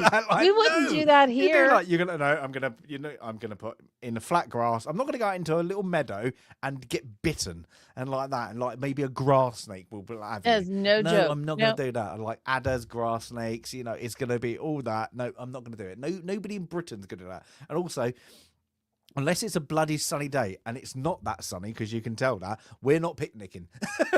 It's going to rain. There's 50% chance it's going to rain. But yeah, this like is a Hyacinth Bouquet moment when she would always be trying to have candlelight picnics on the riverside, riparian, whatever's. I just, oh my gosh. This is a director's choice to try and show the world. You're in England. Just to let you know what England looks like. This is what the ideal Victorian era of England was. You get that, and you get some back and forth. And truly, the only way that the Toffee set are having a picnic is with all their servants hanging around all of and they would be dragging a table and chairs. You remember the scene in Gosford Park where they go shooting and they go out for lunch when they're shooting, and they've got this little pavilion and all the servants they're serving champagne and whatever in the middle of a shooting party. They've set up this grand pavilion in the middle of a field where they're shooting, and I'm just like but yes, that's why we do love these. James and I do love our Downton Abbeys, our Gosford Parks. Yeah. But yeah, so now we go. It's a bit of a, was it punting. Now we're going punting. Good punting. God. And it's really good to like show like I was in Oxford or something like that when they do Uh-huh. it, or Cambridge, but they don't. They go straight on, and then this is where we get With a little the bit. puppy. Where did the puppy come from? Oh my God! It just turns up. It's a little dog, a little Yorkshire Terrier, a little Yorkshire Terrier. I hate Yorkshire Terriers. Anybody knows Yorkshire Terriers? They smell a wee because their legs are so short they can't pee properly, but they got long hair. So they always just every time they pee, they just like you smell a wee, and you always get that old woman who loves a bit of Yorkshire Terrier, and they've got around about 3 of them, but they're so old they can't wash them because they need washing, like they need hosing every day. Oh, yeah, the horrible dogs. They are a cute dog, though. I mean, it's a cute breed. Well, I don't know. Listen, they're there for. I think they originally were bred for killing badgers. Because they're so small, they can get down a badger. I feel like a lot of little dogs. There's what do they have called? The rat terrier was a big one for that too. That used to do a lot of like on farms and old ships. A lot of the rodent control. Vicious dogs when they want to go for it. You're like, but no, the old lady dogs in the UK. Don't know why. Old lady dogs here too. Yeah, there we go. But yeah, they get like whilst his friend. What was his friend's name again? William Morris, right? William. Let's call him William. Yeah.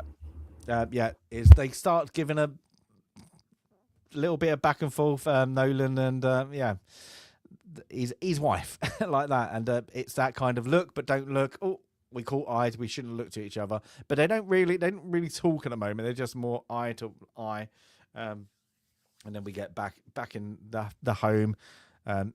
She's having a little bit of entertainment by piano. I'm guessing every family, if they were rich and had a piano, there was one person you having to play the piano at when the middle child or whatever to entertain the rest of the family, because the oldest is going to be our person to get the money, but you're the entertainment for the evening, like that. But yeah, they're talking about the possibility of war, and going about, and yeah, I can't remember what this game's called. What's this game? The ball game. It's the one that they have at Cracker Barrel, Jay. It's the. My grandparents always had one of these. It's and you where do that. jump. You skip. We have pegs. The other one, well, that's what I'm more familiar with a little bit, is the pegs version of it. Yeah, usually it's shaped like a triangle too. At least the ones I've played more commonly, they'll be shaped like a triangle, and you. Yeah. Oh my God! Is there a name to? I don't even know if there's a name to it. We have it. We have it in the draft. It's like I can't think of it, but same concept, I'm sure. Daryl. At first, I thought the same thing, Daryl, but I wasn't sure if it was or not. And then I thought of the pegs thing too, like Sandy mentioned. So I'm not. Well, sure. it's like the peg thing. You try to get it down to one peg. That's the goal. But if you can get it down to one peg in the center, then you're like super smart. And then there's actually other designs. Like if you can leave it so that there's one on each corner, then you're super good. Those kind of things. And I've seen this version too, though. I've seen the this marbles, when we visited the British Museum. When Dan and Viper and I went this past time, we saw something similar that went back in Egypt to it was like 5,000 years old, and the game was intact. It was the little carved stone that had the little rests for the marbles and stones, and the little stones were intact, which is so freaking cool. It was probably buried with someone, and that's why it was still intact. But yeah, those games go way back. And she was acting like she was so impressed with him. Okay, it's a game. Jeez Louise, it's a marble game. She goes, when she gets in there, ooh, it's like that. And I'm like, he's smitten. playing on his own. And he's like, she is. She's like, oh, he's the kind of one I should have wanted like that. But now we get back to more training. Is people falling off their horses like that when the guy does fall off his horse. Gracious, I didn't give you a command to get off your horse. Like literally, he's like donk, like that. It's like that. But again, it's showing Nolan's experience as a horse. What do you call it? A rider. Equestrian. Equestrian? Would you call it equestrian like this? I know the term for somebody who is an equestrian. What is the actual term for just like a horse rider? I know. Riding. Like, is it like rider? Is there another word? I'm curious. Jumping, riding. Like, what does equestrian? Go. Yeah, I don't know. Because equestrian's like equestrian. Like, is that a thing? Like, you have to be an equestrian. You have to be into X thing. What's the name for it? I don't know. Like to be a librarian, you work at a library. Library, right. So like, is there another word? I've never known that. I don't know. I've never thought about it actually We until need this to look very this one moment. up. Yep. There we go. There we go. Always do it. But yeah, we get then, of course, Cardigan again is being an absolute idiot like things, but it's also now we get the officers playing tricks on the other officers. So they're playing on William is to get him onto this the horse where he can't control it. They even whip him from behind so he goes out of control. But again, it's he gets thrown where Nolan again comes over and yeah, he's the horse whisperer. yeah, he's the horse. Yeah, the horse whisperer. He manages to control a horse, and there the guy there who's had a little bit of a joke on Lewis's William's expense is a bit pissed off. He's a bit peed off that's my joke of the day and you ruined it, like that. But of course we get Cardigan again's got his up on Nolan by doing the right thing. He just doesn't like him.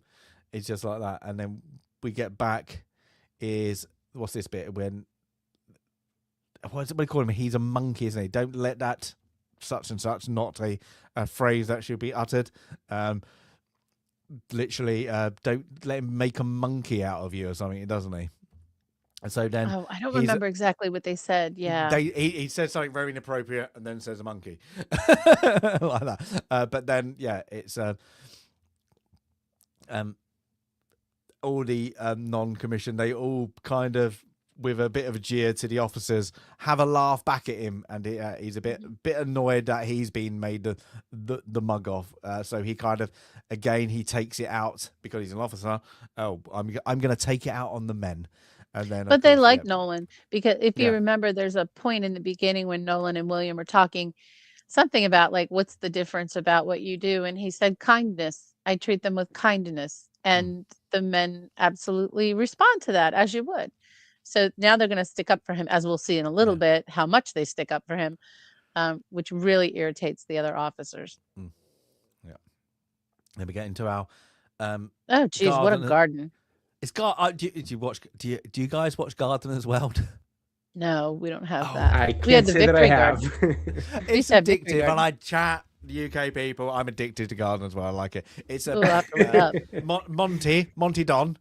No, of course, you would have a person called Monty Don. He has a garden like this, and he goes around just gardening. He tells you about gardening, and it's really like, well, but it's like things to do for the weekend because it's coming to that season and stuff you need to do in the garden, and he shows you how to grow and all that. And he has these massive gardens in like wherever it is, but he has like different sections. Like this is the wall section, this is the hedge section, and he has like these. Yeah. Well, we used to have one called Victory Garden. Yeah. And it was filmed in Boston. It was part of WGBH, the public television station up there. It was one of their flagship shows, like Julia Child's cooking show, which kind of took off around the world. And it was called Victory Garden. It was the same thing. They had sections of the garden and, here's your herb garden and here's what you do here. And I missed that. So I'm going to have to look up. You said Gardener's World. I'm going to have, hopefully we can find that. Monty Don. Yeah, you will do. It's literally, I think it's been going since the 60s. It's literally, or like the early 70s, and they've changed it. But yeah, it's never, it's like great time. It's like, you have the Antiques Roadshow, don't you? We do. Yeah. Yeah. It's literally, that is like Antiques Roadshow. Garden as well, back to back, kind of British TV kind of thing. Like that. Oh, nice on really a snowy Sunday morning. Yeah. Maybe we can watch that tomorrow. Yeah. There you go. But yeah, we get our garden. But again, the lack of helpers and gardeners, but I don't care. It's like that. But it's a good dog. I didn't see the dog in the background. That's a what's it called? Bernard. Saint Bernard. Saint Bernard. That's it. Saint Bernard. That's it. But yeah, we get again. Now he's been. What is this bit? He's going off first, and he's being called. Being called. So they're definitely going. So he's off, and then but he leaves Carissa back. They're going for a little gentle walk down the canal. This is a very British thing to do. Go and have a little walk down canals. I do like a walk down canals. I don't know why. It's very British. Ice cream. canal walk. But this is they go over little thing, and then they kind of just have a moment. It's very like an awkward moment, though. It's very because it's her. unexpected. Like she's Yeah. pulling him to her. Yeah, and It she's is like, weird. "Come," like that, and he's like, and he's like, yeah, it's was it needed for the movie? Not really. I don't think that, unless they went full in of another half an hour, the first half of the movie. I don't think it's needed. Just because him and his friendship doesn't really have an impact really later. So yeah, I'm guessing they just knew that Vanessa Redgrave was a good actress and they needed a part for her, and that's that's the only thing I can think of, because if you take her out of the movie and or just put somebody in place there and that's the wife and don't have this bit, I don't think it affects the movie at all. That's just my opinion. But yeah, we get this awkward kissing moment of like that, and then we get back into the kickoff of Cardigan's annoyance of Noland, and he's got a reason. So this is a officers' dinner at the mess. Now, I must say I take Cardigan's side on this. I know, but if I say champagne and chandeliers, I want champagne and chandeliers. That's what I want.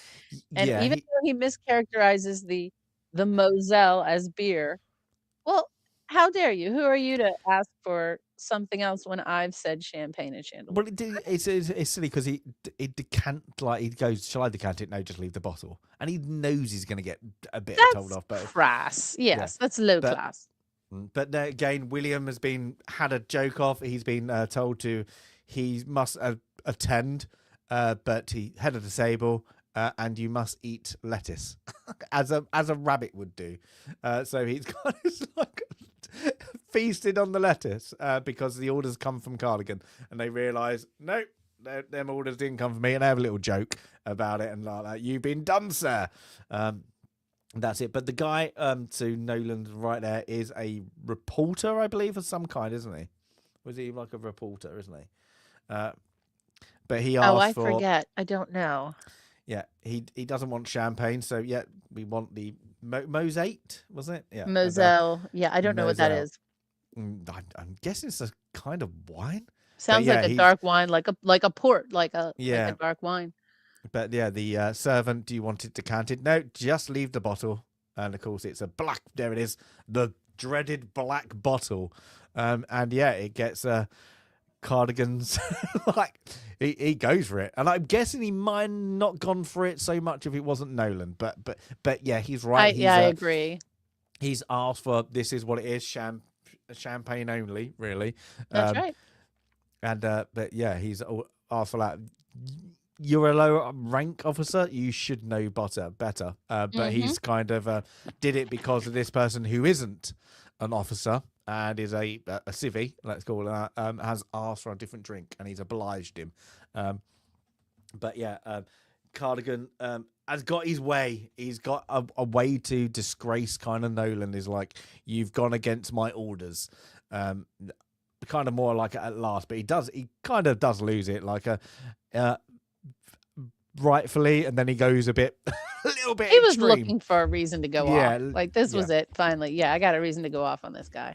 Yeah. So yeah, he gets off, but then again, Nolan kind of, instead of, I'll take the punishment, take it on the chin, I did wrong, he kind of incorrectly, I think, at this point, stands his ground in front of everyone else. Yeah, you wouldn't. Yeah, would it that happen? Don't think so. That period of time. But yeah, he storms off, and then the next day in the gentleman's club, I'm guessing it is, he's been again told to apologize to this gentleman for having, the eruption. He refuses, and then of course Cardigan comes in, and yeah, well, if you don't apologize, I will arrest you. You don't have the right to arrest me. You are arrested, sir. Get to your thing about that. You are arrested. So Nolan is really at barracks arrest or house arrest or whatever you want to call it, and really that kind of means is you're not doing anything. You might be in the military, but you're not going to get an advancement. You're not going to do anything. You're going to sit and rot doing that. So we get that. And now we get our another pompous Lord Raglan, who is a elder statesman of Waterloo, and this is where we don't know where to put Wellington, so just stick it out his window. But he's again, I'm guessing he's like, I don't know, like Ministry of War or something like that, like the head of it. He's got there because of his family name and possibly what he probably did at Waterloo. But he's let's say needs to retire. He's a bit of a Fruit Loop, I suppose you want to call it. I think so. Yeah, he's lost it. That. Yeah, he's got like something completely wrong with him. Again, it's going to be like a history read to find out what they actually believed actually was wrong with the guy. But yeah, he's there, and we now are at the point of they're talking about we're going to war, we're going to Crimea. We got to show them Russians what to do, but of course we get now our little play. I don't know the play, but we get it's Macbeth. Is it Macbeth? It's Macbeth, and it's poorly. Oh, it's a was it? I poor didn't even Macbeth. notice. I didn't get. No, there you go. Yeah, very you poor. You must have caught a couple of lines there to I did, I did, and yeah. they were poorly delivered, exceptionally poorly delivered. By the way, back to the statue before we go to the poor Macbeth. So that is supposed to be the statue that was eventually put on top of Marble Arch. Oh, so then it was taken down off of Marble Arch, and okay. it's in Aldershot. I don't know where Aldershot is, but it's today. Oh, it is when. Okay. So there was a statue. Literally, this is true. There was a statue that was moved from place to place to place because they didn't know where to put it. Like, who wants it? I don't know. It's like they made it too big when it was on top of Marble Arch. They decided it was too big or something, and so now what is it? It's like a winged Victory on top of Marble Arch now. I think. Yes, not Marble Arch. Yeah. Sorry. Wellington Arch, not Marble Arch. Okay. Wellington Arch down, by number 1. Oh, I can't remember. I have to have a look. What is it? Number 1 London is his house. He's obviously so famous and so honored that his home was renamed Number 1 London. It's like literally Apsley House right there. But so now my brain, and I have to think like, okay, what? I go to my pictures, go to my photos, and find out what is on top. But it's not that one. It's not that one. Okay. But yeah, so Macbeth, there we go. So watching Macbeth, there we go, whilst they're all having a bit about, what's going to happen. And then I do like their relationship is just odd, but yeah. She's odd. She's a weirdo. I mean, yeah, she is her character. We get that a little bit later, a bit of a weird bit. But yes, Cardigan comes in, and fair play to him. He doesn't really take it. Everybody starts to shout from the lower gallery, I suppose you want to call it, because everybody's like, oh, he's coming in. Black bottle. There's been now of course, the journalist was there, has taken the piss out of him that he got upset about a black bottle. So they start shouting out black bottle. Even to the woman you just said shouts it out as well. But yeah, they're all taking the piss. And I like this because she takes the piss out of giggle until she's invited. Can you be like invited for drinks or whatever it is? Oh, that'd be lovely. And bring your wife. That's it. But yeah, so it's just again, it's just shown. I'm guessing that actually was a thing with Cardigan. Actually, that he got outed by. I think they call it the Times most of the time. Yeah, it was the paper outing them. But yeah, we get now. This is where we get maybe a sergeant major has been after called to have a talk with Cardigan.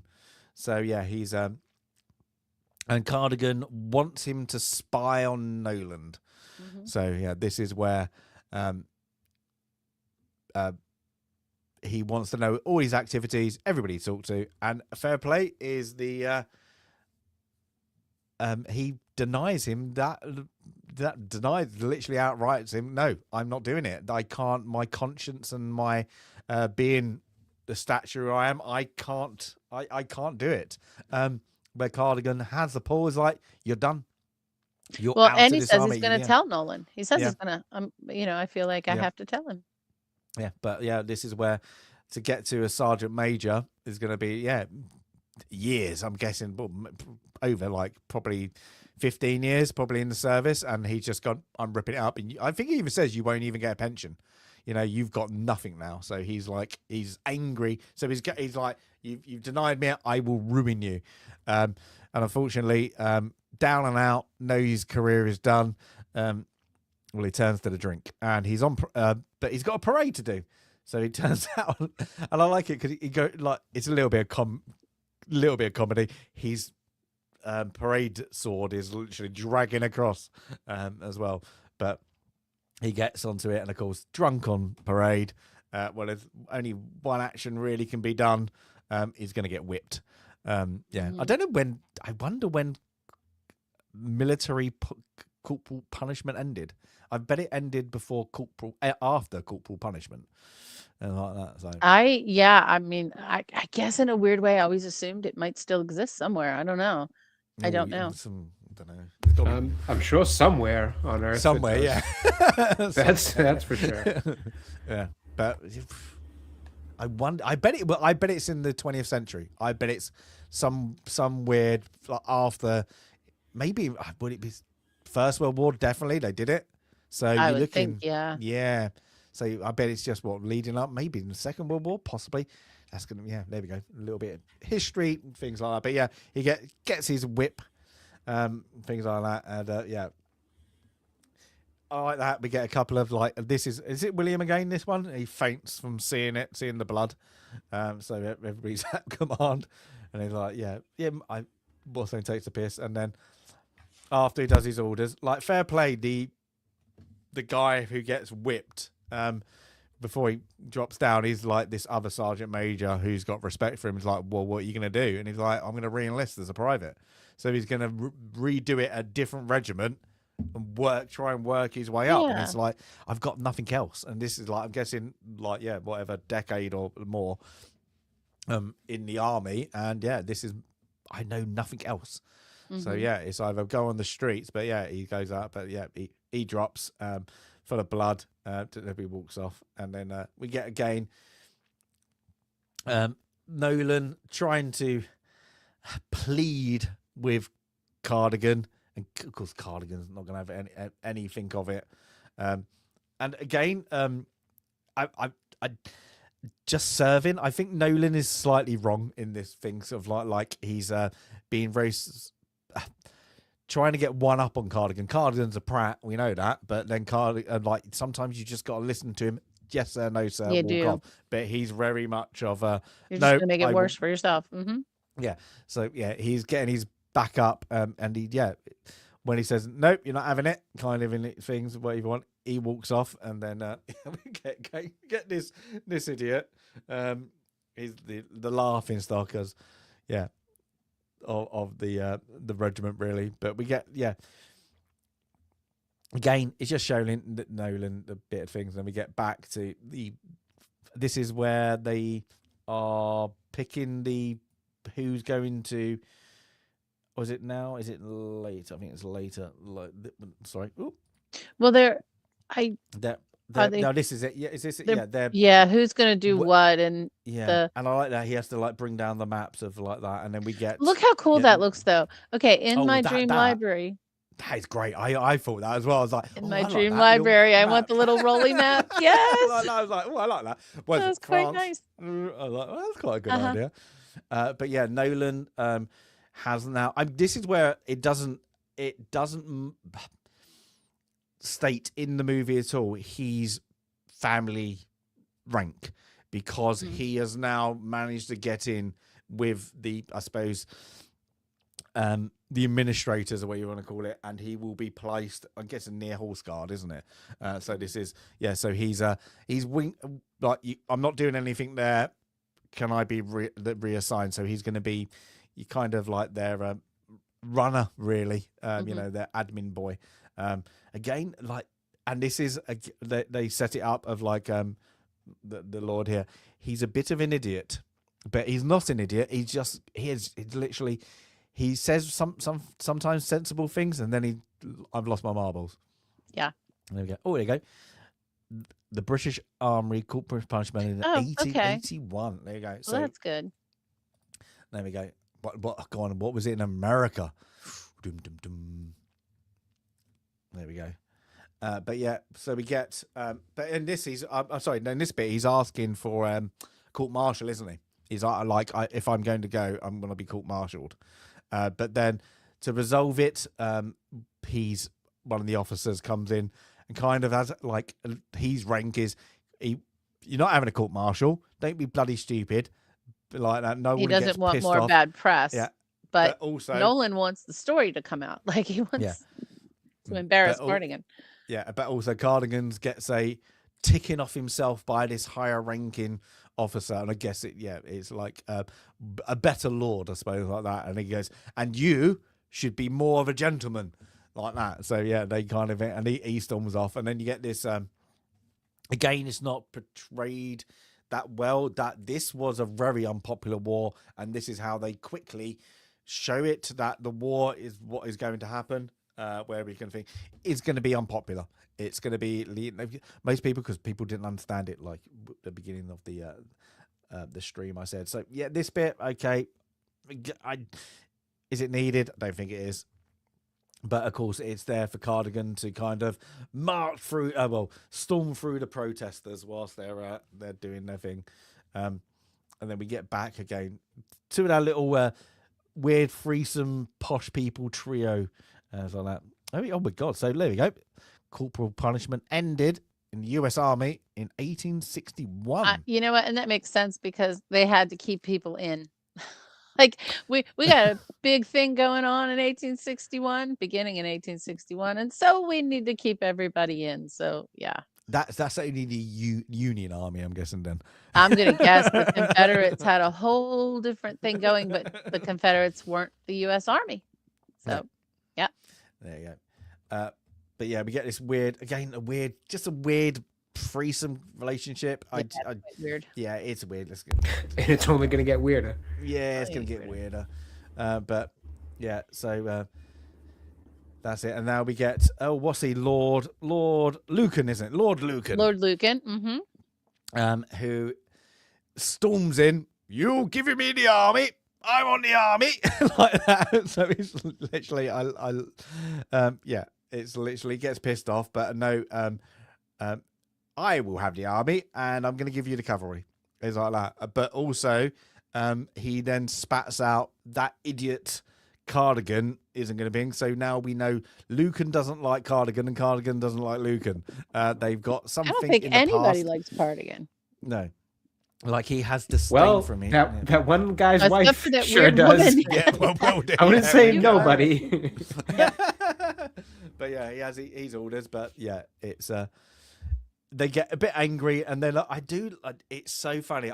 This has to be because you'll get it once, like everybody's getting assign their roles, having arguments who they want. Like this bit, all the idiot lords who've got money, who have got a little bit of say with this guy, are all waiting outside to get their assigned. Who am I getting given? And I bet you 80% of the people out there never did proper military service, but they're given a, whatever division to. Thank you very much. Like little backhand shakes. It's like it's so. A stupid way of doing things, but unfortunately that was it. You got money, you got a bit of land. Yes, here you go. You can have control of these hundreds and hundreds of men, but you don't know what you're doing. Yeah, so it's funny, but but then we get, of course, Cardigan, who thinks he's better than Lucan. What am I getting given? And he's given the prestige of the Light Brigade. So, you're giving me the Light Brigade. Well, thank you very much. But he's been told that Lord Lucan is above you, and you will take his order. He's the head of the cavalry, and you're the head of the Light Brigade. So like they kind of given out their big things like Regelin has been given, he's the army because he's whatever Ministry of War, whatever. And then these are the next two prominent ones. So they're literally Lord Lucan's my number 2, and then you've got literally number 3. So you can see, like, just by when he first comes in, he controls the room. He's got an influence. He's got something. He's got either a lot of family money. I need to go and like do some history checks on him. But there is he's a prominent man in society. Let's say that, even though he's an absolute arse. That's it. But they got given all their tools, and I like this because once we get out a bunch of idiots who got get the command. I like this because then you forget this bit. I love it because they cut in and they make it like a very strange intermission. Now I could see it. Like, if here's it was what's going on in the world. Let's catch you up. I love it. I love it. It's back to what we saw, and we have now the British have been called. We're off to war, but we're this defending the Turks. It's like that. It's just like, I do laugh. It's just you like the British. Let's beat you up like that. And then you have these whatever. I don't know what they're supposed to be. Them little British. You'd know better than me. I have no idea. Is that little bulldogs? trying to work out. Are those little British bulldogs? Oh, I don't know. Little baby lions? I don't know. I'm trying to look closer to the screen here. It might be a little bulldog face. Maybe. But it's like a little baby. I don't know. I don't know. It could be, couldn't it? So I'm actually just. I feel like probably doing exactly. Me and you doing that. Yeah, I'm doing the same thing. My eyesight's terrible. I'm doing it too. The cool Union Jack overalls, though. I really like that. Must be like a British bulldog or English. It has to be a bulldog. Yeah. Was it Jamie? Oh, Jamie. Oh, what was his name? Jamie. Go on. What's the British bulldog called? Davy Boy Smith. Jamie Boy Smith. Yeah. Oh, I loved him. Yeah. The only one we had is like that. Oh, when he lost the Royal Rumble. Ripped. Yep. But we get that, and then everybody's like, again, it's showing that people. Oh, it's war! Yay! War! Yay! War! That's good. Yeah, everybody's. I love it because it's the artist has taken the thing. So we get like our war, call to war moments, Victoria and all that, and then it's again. I love this because William's been called in to make sure the women are where they're going to go and what they're going to do. But they kind of, we're not in the military. We don't give a crap. They take the piss out of him like that. And he's kind of the silly buck of the joke. And then so we're all off. We're off to the Crimea. So that's it. Everybody's doing the things. And this must have happened quite a lot. Like just... One, I don't want to be on a ship with horses of a lot of livestock. I must say that. No, wow, how horrible was all that? Ugh. Yeah. But his final farewell is a letter from Clarice. Clarice, and fair enough, throws it away. But we get just rips it up, and then we get our next bit is we're off again. We're off again with the planetary to again. It's the British way, We can't be beaten, and it's just really interesting graphics. It reminds me. Have you ever seen the program Dad's Army? That's one that we didn't have here. Okay, we had all the rest of those Britcoms, but that one is not one that we could get. It just reminds me of this. It's like this kind of animation. But we get our second. I think this is our first and our second, Gibraltar, Rock of Gibraltar. So this is our first, second in Film Club land. Land. Yeah, fair enough. Yeah. So the Rock of Gibraltar. So we get that things. And I do like how they just morph it into every the Britannia, the lion, and everything like that. But then, we got the Mediterranean scene, and then we get Constantinople, modern day Istanbul. Istanbul, not Constantinople. Yeah. Song. And so. We're getting that, and then we get our. Okay, I love it. Just like the taking the piss out of hello. Yeah, the British with their like stiff upper lip, big noses, and they hello, come on, get your mind in, let's go. And then we get I like this because how you can show there's a stain between Lucan and Lord Cardinal without spending too much money is you do this bit. You get him to disobey an order by a cartoon. And he's like that. We're all meeting up here. No, I'm going into the Black Sea without you. I'm going to go first. So yeah, it's like, and then they all follow. And then of course we get our tragedy at sea, I suppose you want to call it like that. Well, I'm guessing, yeah, it must have happened a lot where, yeah, we get that, and then they just did they? So what did they get like thrown around? Is that why they? I'm guessing they broke their legs and they had Like to they put didn't them down, drown. Yeah, I guess it had to be broken legs because they didn't drown. Well, you're gonna, yeah. So they just literally chucking the horses over sea, and then of course they arrive at Balakak, I think it's called. I can't remember. Really bad. The part of Crimea. Where we have our first battle, and I like this. Like in a concept of the film, is you could section 1, section 2. Really, you have literally a divide. You could if you wanted to watch the first bit or you wanted to watch the war bit, you could go straight through. Go straight to it. Yeah. But yeah, we get our just. I don't know. It's just the beginning of the war. It's like that where we have. They all arrive. They're all look at this adventure, like that. And I like this. It's where this guy he loses his hat, and like make sure you don't lose your hat. The sun is hot here. But yeah, it's everybody getting ready, and God, them uniforms back there, like, and I find it fair because like now we have different uniforms for different climates. You have one uniform for everything. Yeah, for no matter every what. war, literally every military around the war, you have one. You have one bright set, red helps too. Yeah. It helped us for sure. Your bright red uniforms helped us a lot. Yeah, but do you know why they did it? So like, it's when you got shot or you were bleeding, you got a thing. You wouldn't show your enemy that you were hurt. That you were It's hurt. it's like Deadpool. Sense. Yeah, exactly. Yeah. It makes sense in a way like that. Yeah, it's but you think about even back like It's definitely trading one tactical advantage for another for sure. For another more hurtful.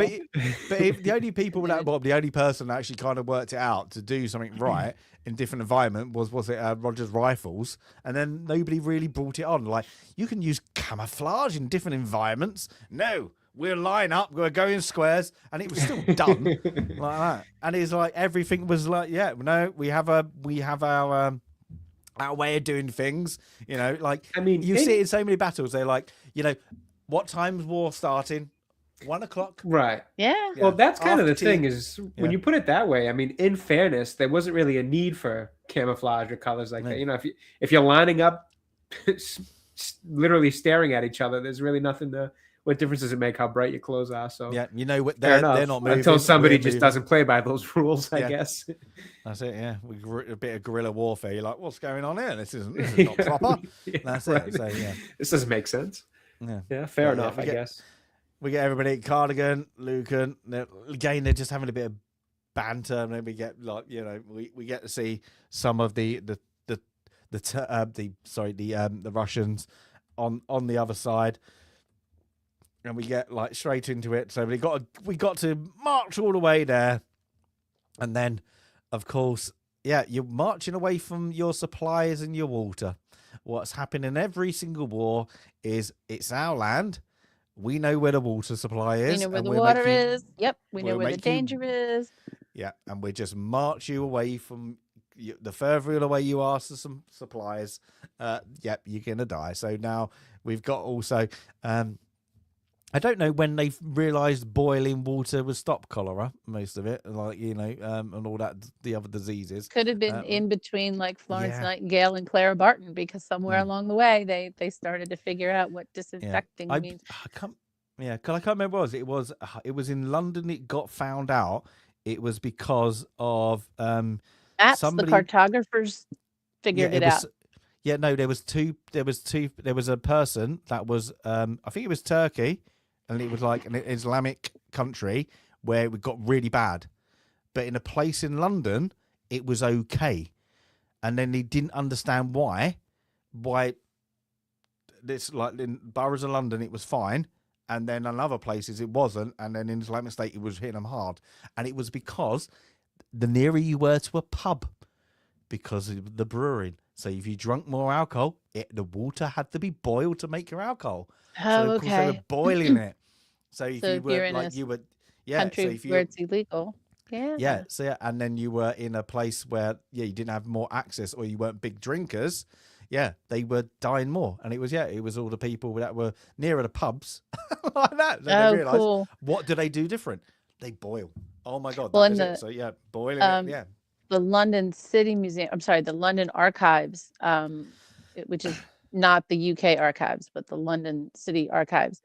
They have all those maps that show when, like, I guess they call them the poor maps, I think, for social history and for tracking where all the poorhouses. So the cartographers and you know, whoever they were, the counters went out. They started making these maps showing the concentrations of poor people. And on the maps, then they started to note where things like the wells were and other city infrastructure was. And then when they started seeing where the outbreaks of cholera was, it wasn't inherent to poor areas. It was around 2 or 3 wells. That's where the contamination was. It was in the water. Like, and it was because of these map makers who had, really finally like plotted out all the infrastructure of the city at that time, that they could figure out where these things were happening, because, oh, it's all around there. It wasn't the pub, it was a well. Yeah. And then another concentration of people, oh, it's another well. And then they found it. Okay, they figured it out. The wells were Yeah, they contaminated. linked. Yeah. Yeah. But yeah, on this, and I'm guessing they do wonders in this. I'm guessing because that was the most common. But yeah, you're gonna get dysentery.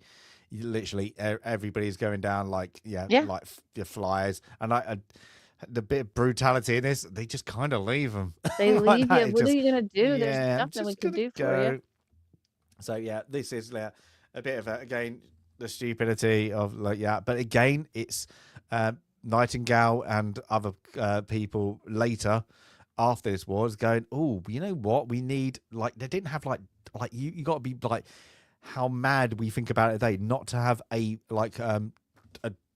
I suppose like the flying doctors, like a mash, like that on with them. No, they had a guy that was probably an ex-butcher, like that. Again, it's Well, it's mad. he was the guy. It was one guy. He was the dentist. He was the barber. The one guy who was to take care of your whole person, right? That's why barber poles are striped red, because the barbers were always the dentists, and they would hang the bloody rags out to dry, and that kind of became the barber's pole. You would go there to get your hair cut. You go there to get stuff, splinters out of your arm, your teeth ripped out, your body amputated, whatever it was the same guy. And he was probably using the same rusty saw for all of it. Yeah. There is a fantastic museum in Frederick, Maryland. It's called the Museum of Civil War Medicine. And it's not what you think, because I think we've over exaggerated the brutality of, the amputations in the Civil War, from Gone with the Wind and everything. In reality, based on what people's perceptions are, there were far fewer amputations than we think there were, and medicine was a little more civilized than what we think. It was still bad, but this museum really tells a great story, and it also has other artifacts around the Civil War. It's grown from a small, like a one person creating this museum, to I believe it is now a property of the National Park Service. So anyway, so it traces the history, and when you go through these things, especially war, the advancements are more rapid. So the benefit, we get the benefit of what these soldiers went through in war, because now we have medical advances and technology advances and all kinds of cool stuff. And that museum goes into all that as well. But still absolutely brutal. And you were just left. And the one officer even says a little later, just leave him there, we'll get him later, or something to that effect. I think it's mad. It's like that. I think the best amputee I've ever seen in a film, and it's done really well, is in Master and Commander. Is with that they do it really well, because he's shown that he's skilled, and they do it. He does it quick.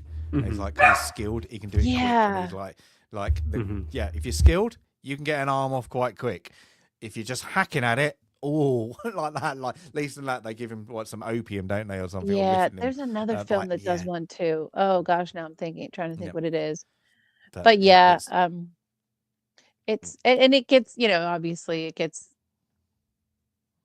gruesome, so people pay more attention to those things. And in the Civil War, we have, Stonewall Jackson buried here, Stonewall Jackson's arm buried over here. There are two different, burial places for Stonewall Jackson because his arm is here and the rest of his body's here, because when he was amputated, they lovingly buried his arm.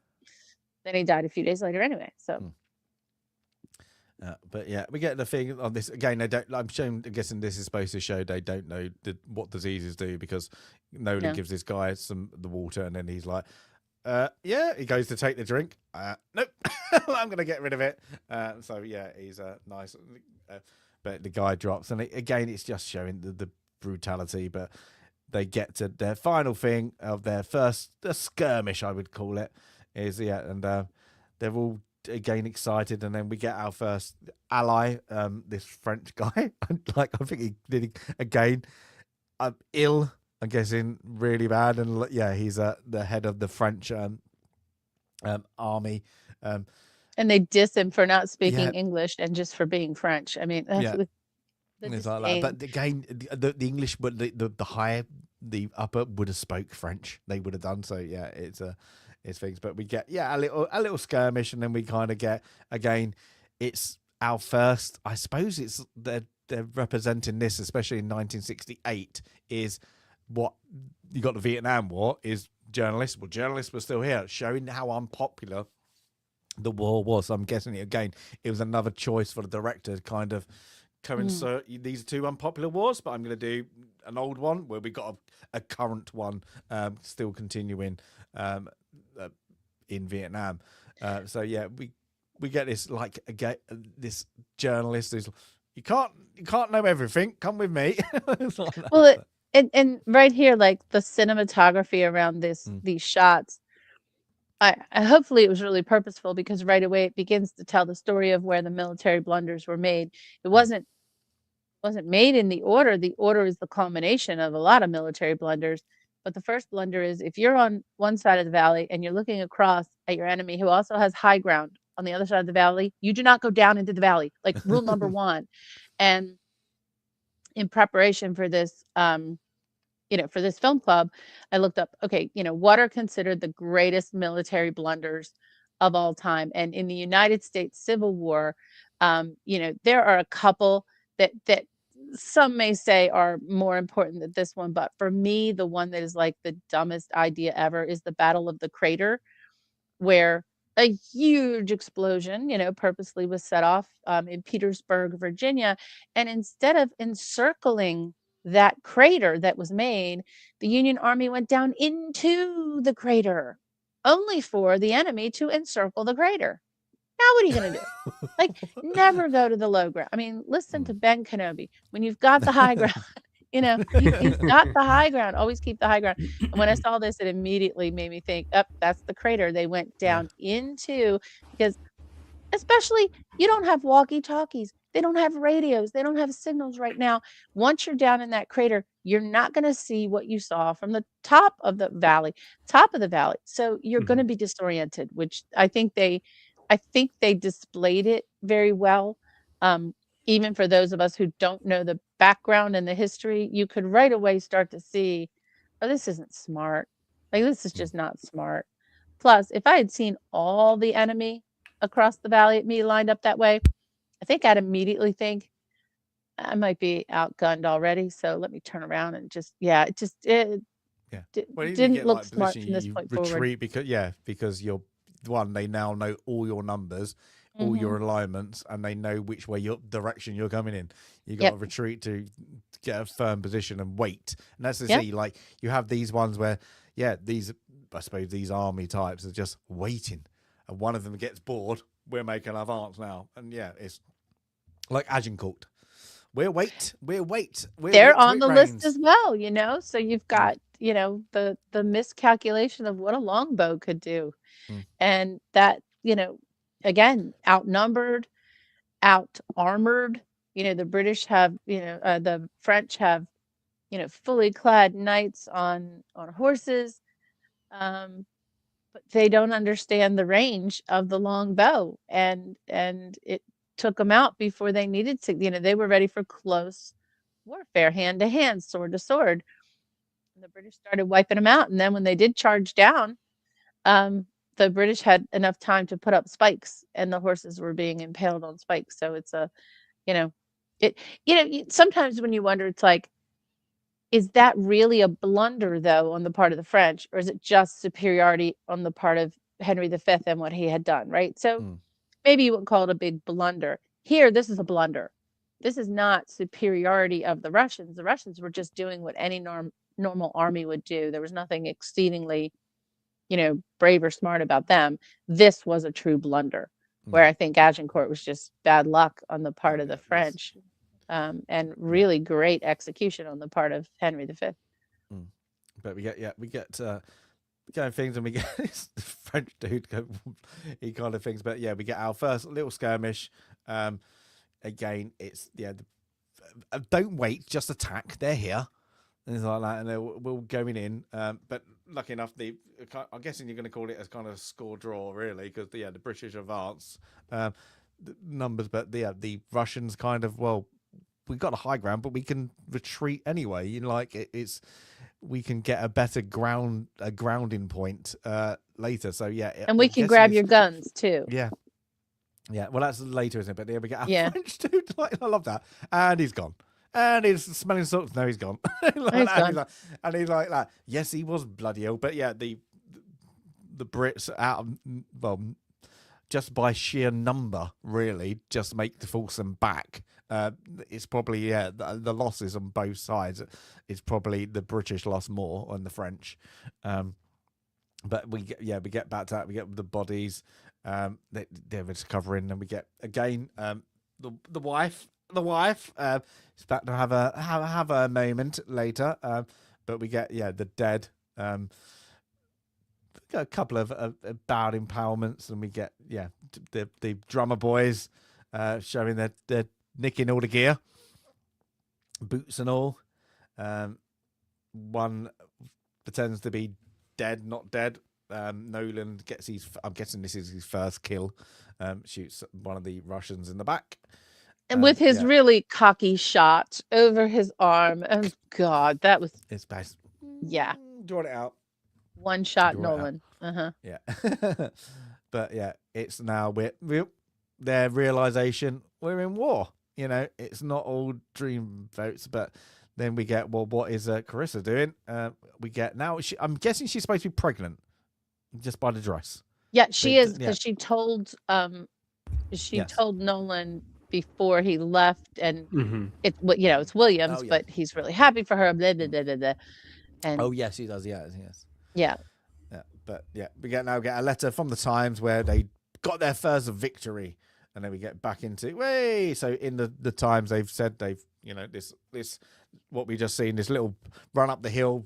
It's our first triumph in that. So we've got to tell the world we're still unbeatable. We're still the undefeated like that. So I do like the Victorian Albert bit, like the bits, but we get more of that. The taming of the Russian bear. It's just a bit. I'm guessing it's just taken, but it's a good way to explain it without explaining it. But then we kind of find out. I can't remember what paper he's things is like. Well, I don't remember it as a victory, really. Well, that's what the Times said, but don't listen to whatever. Yeah, it was over exaggerated for sure. Yeah. Yeah. So, but again, but now we get our settlement of the tents, and again, this is just showing that Cardigan and Lord Lucan won't agree. I shall not agree on anything. So they set the tents. We get we get that amputee is like that, but our the tents are too close, the tents are too far away, they're not in line moments. So we get put down a tent, pull up the tents, put down the tents, put down like that. And it's just, oh, you're just pedantic. It's like, they just won't agree. They're bloody tense. And everybody's like, which is the third time today or whatever it is we've had to do it, because Lucan won't speak to Cardigan and Cardigan won't speak to Lucan. They just want the last word, let's say that. But it's a bit of stupid. But yeah, again, and then we get, while she's having a go about Cardigan because he's made him move it again, they get invited to dinner, where what's his face, him, is getting a bit drunk and he's the only one telling the story. Whatever, I don't even know what he was telling the story about. I don't remember it all either. It was just like gibberish, wasn't it? And then he's like, gets another drink, and then he gets the drink taken away from him. And yeah, I've got to go on duty. Can I leave, sir? Yeah, you can leave. And then, but everybody else goes and he leaves his wife there. This is an interestingly I don't know how to scene. It's so weird with these little vignettes. You know, they're next to each other. They're smoking a cigar. They're, you know, each little scene. It's very. They take off the jacket. They take off the vest. They don't talk. I know. No, it's just like that. They get the cigarettes and I like it because they purposely put the candle and everything in the scene out the way, but they move it and then he moves it off scene. Is quite a good direction, and it's actually quite well acted, because again, they're not doing anything, and then you know what's happening in your head, and then you have to watch this weirdness of like, off they go, they just go a little bit, let's go and have sex, like a dance in a way, like this weird modern dance of taking their clothes off. It was so strange. And I like it. He has a go at her for not being able to take off his corset. He's like, don't you know what men need? Blah, blah, blah. And he's like, go things. And then, yes, the first time I'm going to mount a horse, I need to tell the horse it needs a good spanking. And like, well, first she says, I need a saddle. So she has to keep her corset on so he can grab onto something, okay? And then, and then he needs to give it a good spanking. At first, she doesn't like it. But by the end, she's enjoying it.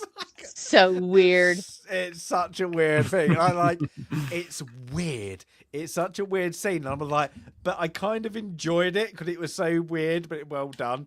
I just like that. And it was a bit bizarre. Yeah, she's likes it. That's weird. And then we get back into war where Lucan has turned up got a spy, and I like it, even though the guy might have been right, he's a defective, he's like a spy or whatever, they dismiss him because that's not gentlemanly. So we get this spy, and he must be Polish. I don't know where that came from. I don't know, maybe it was a thing, like watch out, some of them are Polish and like that, don't believe them all. But we get back, it's just showing the difference of everybody waiting. The morning is coming, the morning of the battle.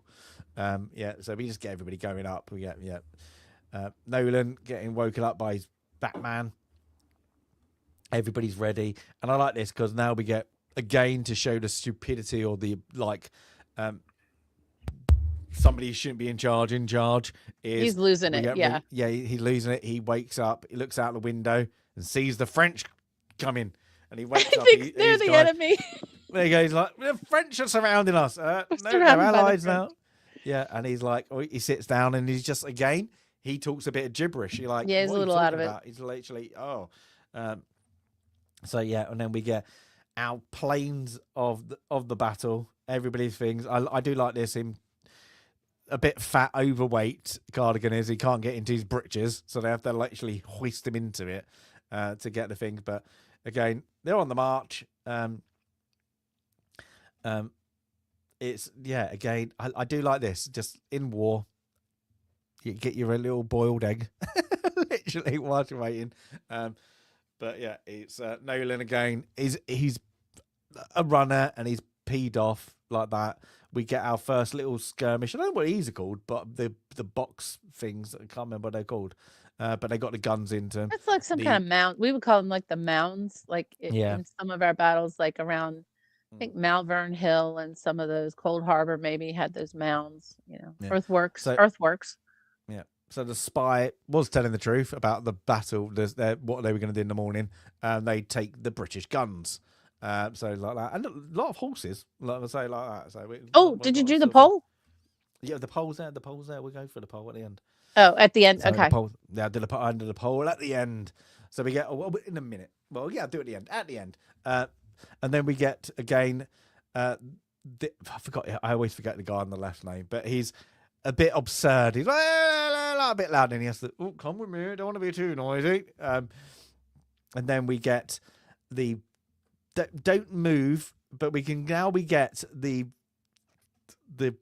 cavalry light brigade, and then against the two different the division in front is what the trailer didn't say, but half the Russian army is on a fort to the left, and then a fort to the right is the guns that they've stolen. And of course we get some hoo-ha.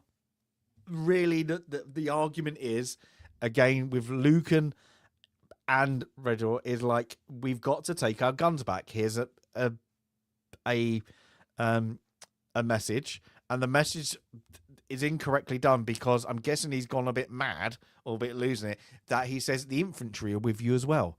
Well, when Lucan gets it, he's like, well, I have to wait. The infantry There's no one aren't here. yet. Yeah, there's nobody here.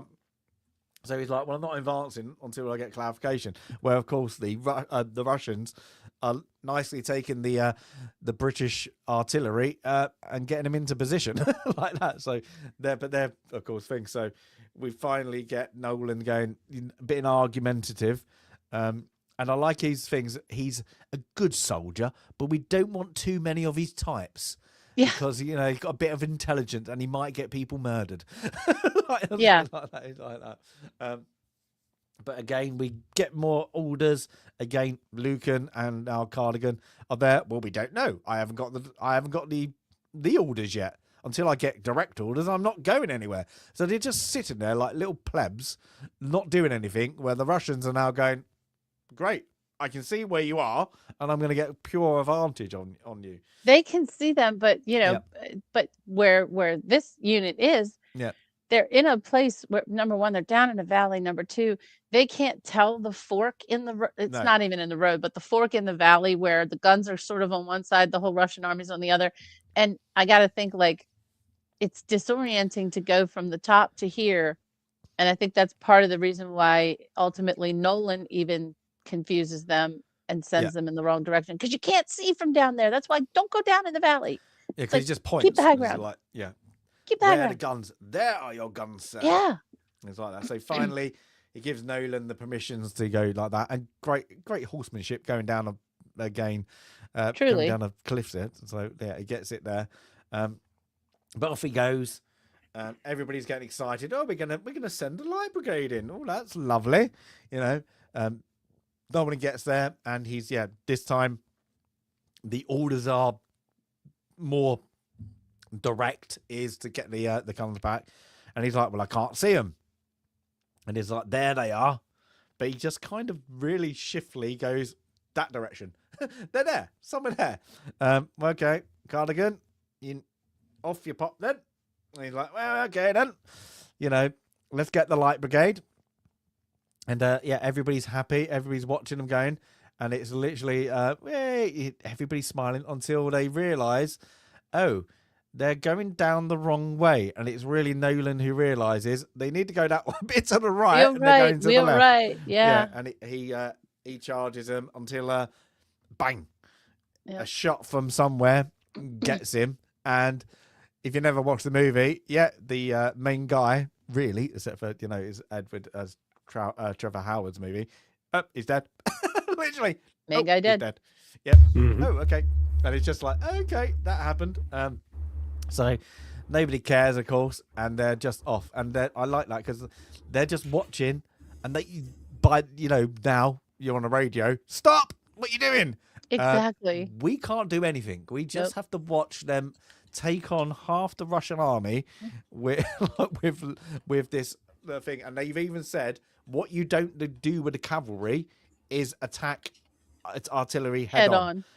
Now they've tried to get of course the ones got stolen, limited amount, but there's hundreds of cannons now. So of course, this what was it? Oh, there was I watched a documentary once, and it was a I can't remember it was one of your beaches on D-Day.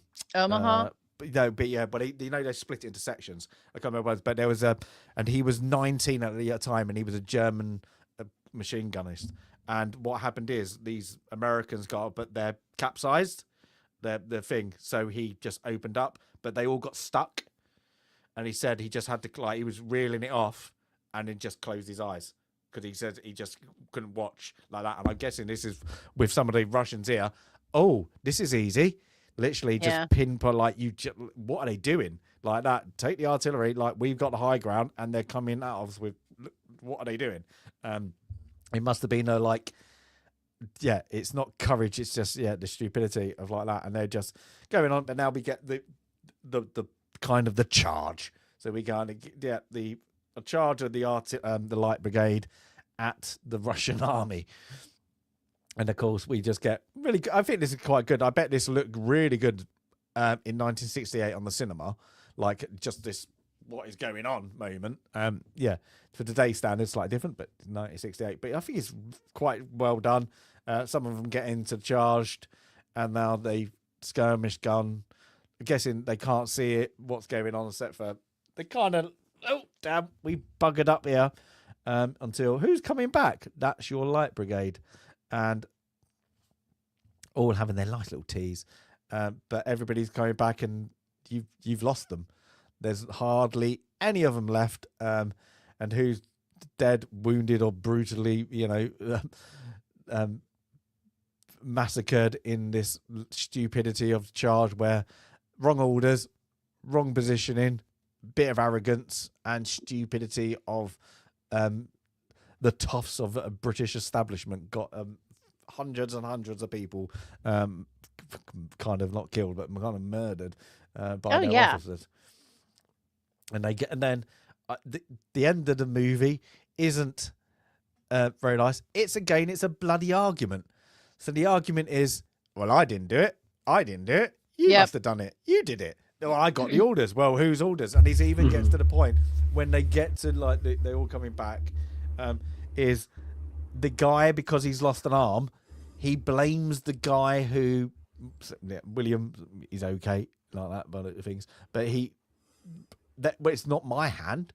Not my hand. I didn't write the order. And he's like, no, it's yours. Well, I'm not being done for this. I didn't lose the light brigade.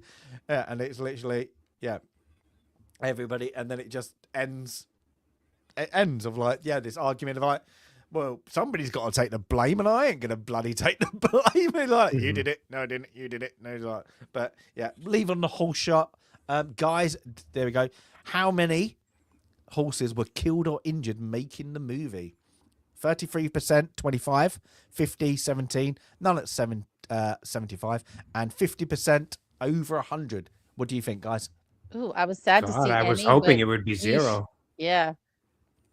Now, when you've gone, I'm just trying to think. You feel free to go ahead. No, so here we go. So the last battle, they used tripwires to trip up the horses. Oh God. So when they were stampeding, they lifted up the tripwires. 25 died just by that. Oh, word. So like that. The estimated is, there's no estimate. They believe it's way over 100, but the studio hid it and only did that. They only recorded the 25. They believe it's around about 160 died, like that. That's awful. That thing's for this movie too, of all, that just took my score down 1 full point, literally. But you can see why. Well, it's the whole kind of concept of the movie. Well, not the concept of it, but a little bit of it seems to be about the carelessness of sending, the kind of bureaucrats sending men into war senselessly, and then you go and slaughter a bunch of horses trying to film a movie. That's a bit wild. Yeah, and apparently it was all the stunt coordinators kind of, we got an idea, and then just we don't know how to do horses. Evil. So that's awful. Jesus. When you think it was that, and I was like, wow, that's a big number. And there's no official tally because they hid it, but there are people recognizing what was happening.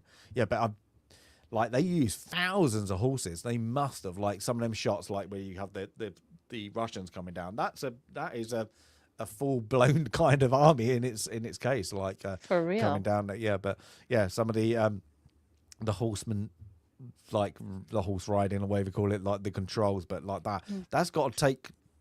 Even today, that must have been a lot of money kind of choreography that. So yeah, it's just we got an idea and we wanted this grand scale, but not realizing how to do it correctly, and like, how are we gonna get horses to trip up? Tripwires. That's a good idea. Not cool. Like, Not cool. yeah, it's That's not crazy. good. Yeah. But yeah, I thought that was a sad fact to the making of this movie. So yeah. But Sandy, what are we gonna do? You gonna do the poem, or you gonna do the numbers? This wasn't a book. This was history. So instead of reading a book, I read a tiny bit of history, but I knew we could rely on James for all the historic background. But I read a biography of Alfred Lord Tennyson, who wrote the poem. And I won't read the entire poem because it is several. How many stanzas here? It is it's 6 stanzas, but probably the famous part, and I'll read just the first 3 is: forward the light brigade, was there a man dismayed? Not though the soldier knew someone had blundered. Theirs not to make reply, theirs not to reason why, theirs but to do and die. Into the valley of death rode the 600. Cannon to the right of them, cannon to the left of them, cannon in front of them, volleyed and thundered, stormed at with shot and shell. Boldly they rode, and well into the jaws of death, into the mouth of hell rode the 600. There's more to it, but the story of Alfred Lord Tennyson, who became the poet laureate, he was greatly impacted by an account in the newspapers of this blunder, and he wrote this poem not too long after, just a few months after the actual event. And then, as for him, he went on to absolute great fame and published a whole bunch of other things. But I don't know, for me, this is probably the one that I know that I know him for. Let's take a look at the notes and the numbers. By the way, this is Film Club. I put numbers on my notes and numbers. This is Film Club number 71. Ooh. Oh, wow. I know. We're getting there. We're getting to 100. Number 71. We've talked about all of this. It was released, the film was released in 1968, and it was written by Charles Wood, Cecil Woodham Smith, there's a name that belongs in the film, and John Osborne, directed by Tony Richardson. It was filmed in London and in Pechenek and Central Anatolia in Turkey. This little picture, which you probably can't see, is a painting of the Charge of the Light Brigade that is in the National Army Museum in the UK. The painting is by Richard Caton Woodville, and it is in the public domain. There's a lot of information, articles, all kinds of cool stuff about this point in history that is in the public domain, because obviously it happened in the 1850s.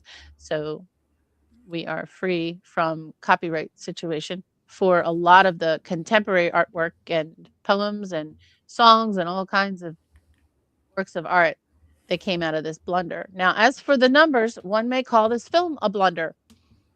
Budget was I did the budget in pounds, by the way. Proper money. 3.4 million pounds, which today, not just because of inflation, because that sounds like ridiculous, even going from 1968 to today, it's like, how in the world can it be like that multiple? But you changed your currency system at some point between the 1960s and today. So this amount would be 52.66 million for this film. It made, at the time, 2.3 million. Today, 35. It was a loss. It lost it lost everything. And there's a lot of question as to how on earth was this, at the time for that year, the highest budgeted British film made. And what what became of that. Was it all the horses? Who knows? It did lose money. It was the 43rd highest grossing film of 1968. 1968 had some awesome films, though. It was nominated for 7 BAFTAs, including the performance by Trevor Howard. All the rest of the nominations were for technical categories like cinematography and costume and all the things you would expect. Top films in 1968 worldwide. Funny Girl was number 1, Barbra Streisand. 2001: A Space Odyssey, obviously. The Odd Couple. I love this film. I hope the wheel gives us The Odd Couple at some point. I hope I put it on the wheel. Bullet. I know I put that on the wheel. And Oliver, I hate that movie. I hope it's not on the wheel. I don't like music. But also in that same year, Rosemary's Baby. Just quite a few interesting films. So this film, a number of the films that were popular that year are, you've got just in the top 5, you've got 2 musicals, Oliver and Funny Girl. You've got A Space Odyssey, which is an absolute, landmark epic. You've got a crime drama, Bullet. You've got a subtle comedy, The Odd Couple. You've also got horror in there. You've got history, probably wasn't interesting. We're also at the height of the Vietnam War. I don't know. Does anyone want to go to the movies and see a war? They're living it every single day. People are watching it on their televisions every single day. So, I don't think this film really stood a chance for the time that it was released in. Excellent. Shall I go first, as it was my pick? Go for it. Shall I do it? Now, this is one where I think it's good. You're going to point it as, is it a good movie? It's a mid-range movie. I always put these ones on the wheel, and there's other ones that we've talked about, is where the history is more interesting than the movie. Now, we got 2 movies about this, and they're not very great. And I mean, they're not like terrible movies. I mean, not like, I've got a 3 in there. I'd say if I had scored, if I'm going to go for my score, I would put this probably a 6, and I'm being probably kind, because I think your information that you can gain from these movies is better than the movie, because I think with this kind of thing, like, the cinematography is good. I give it the scores for that. Acting is what it is. I don't think it has to be great. Trevor Howard is okay. I like Nolan's character more, but you don't get enough. There seems to be an hour missing of the movie, because it seems like they were going for an epic, like a 3-hour movie, and then they didn't. I do like the illustration bits. I think that's great. There's a romance in this movie, but it's not there.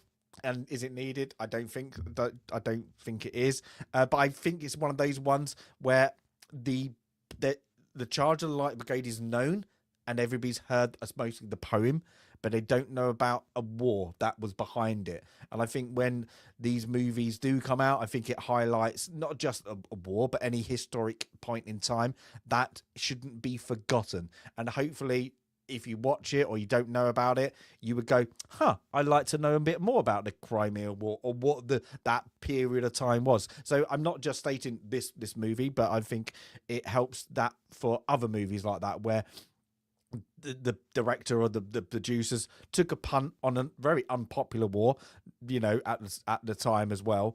But they went, history's got to be told about it, like that. It was a blunder. I like how they're showing in that this is, it's Britain. Oh shit, look what we British fucked up, in a way. I think it needed to be a bit more at the end about more, ooh, damn it, the toffs and what actually happened afterwards.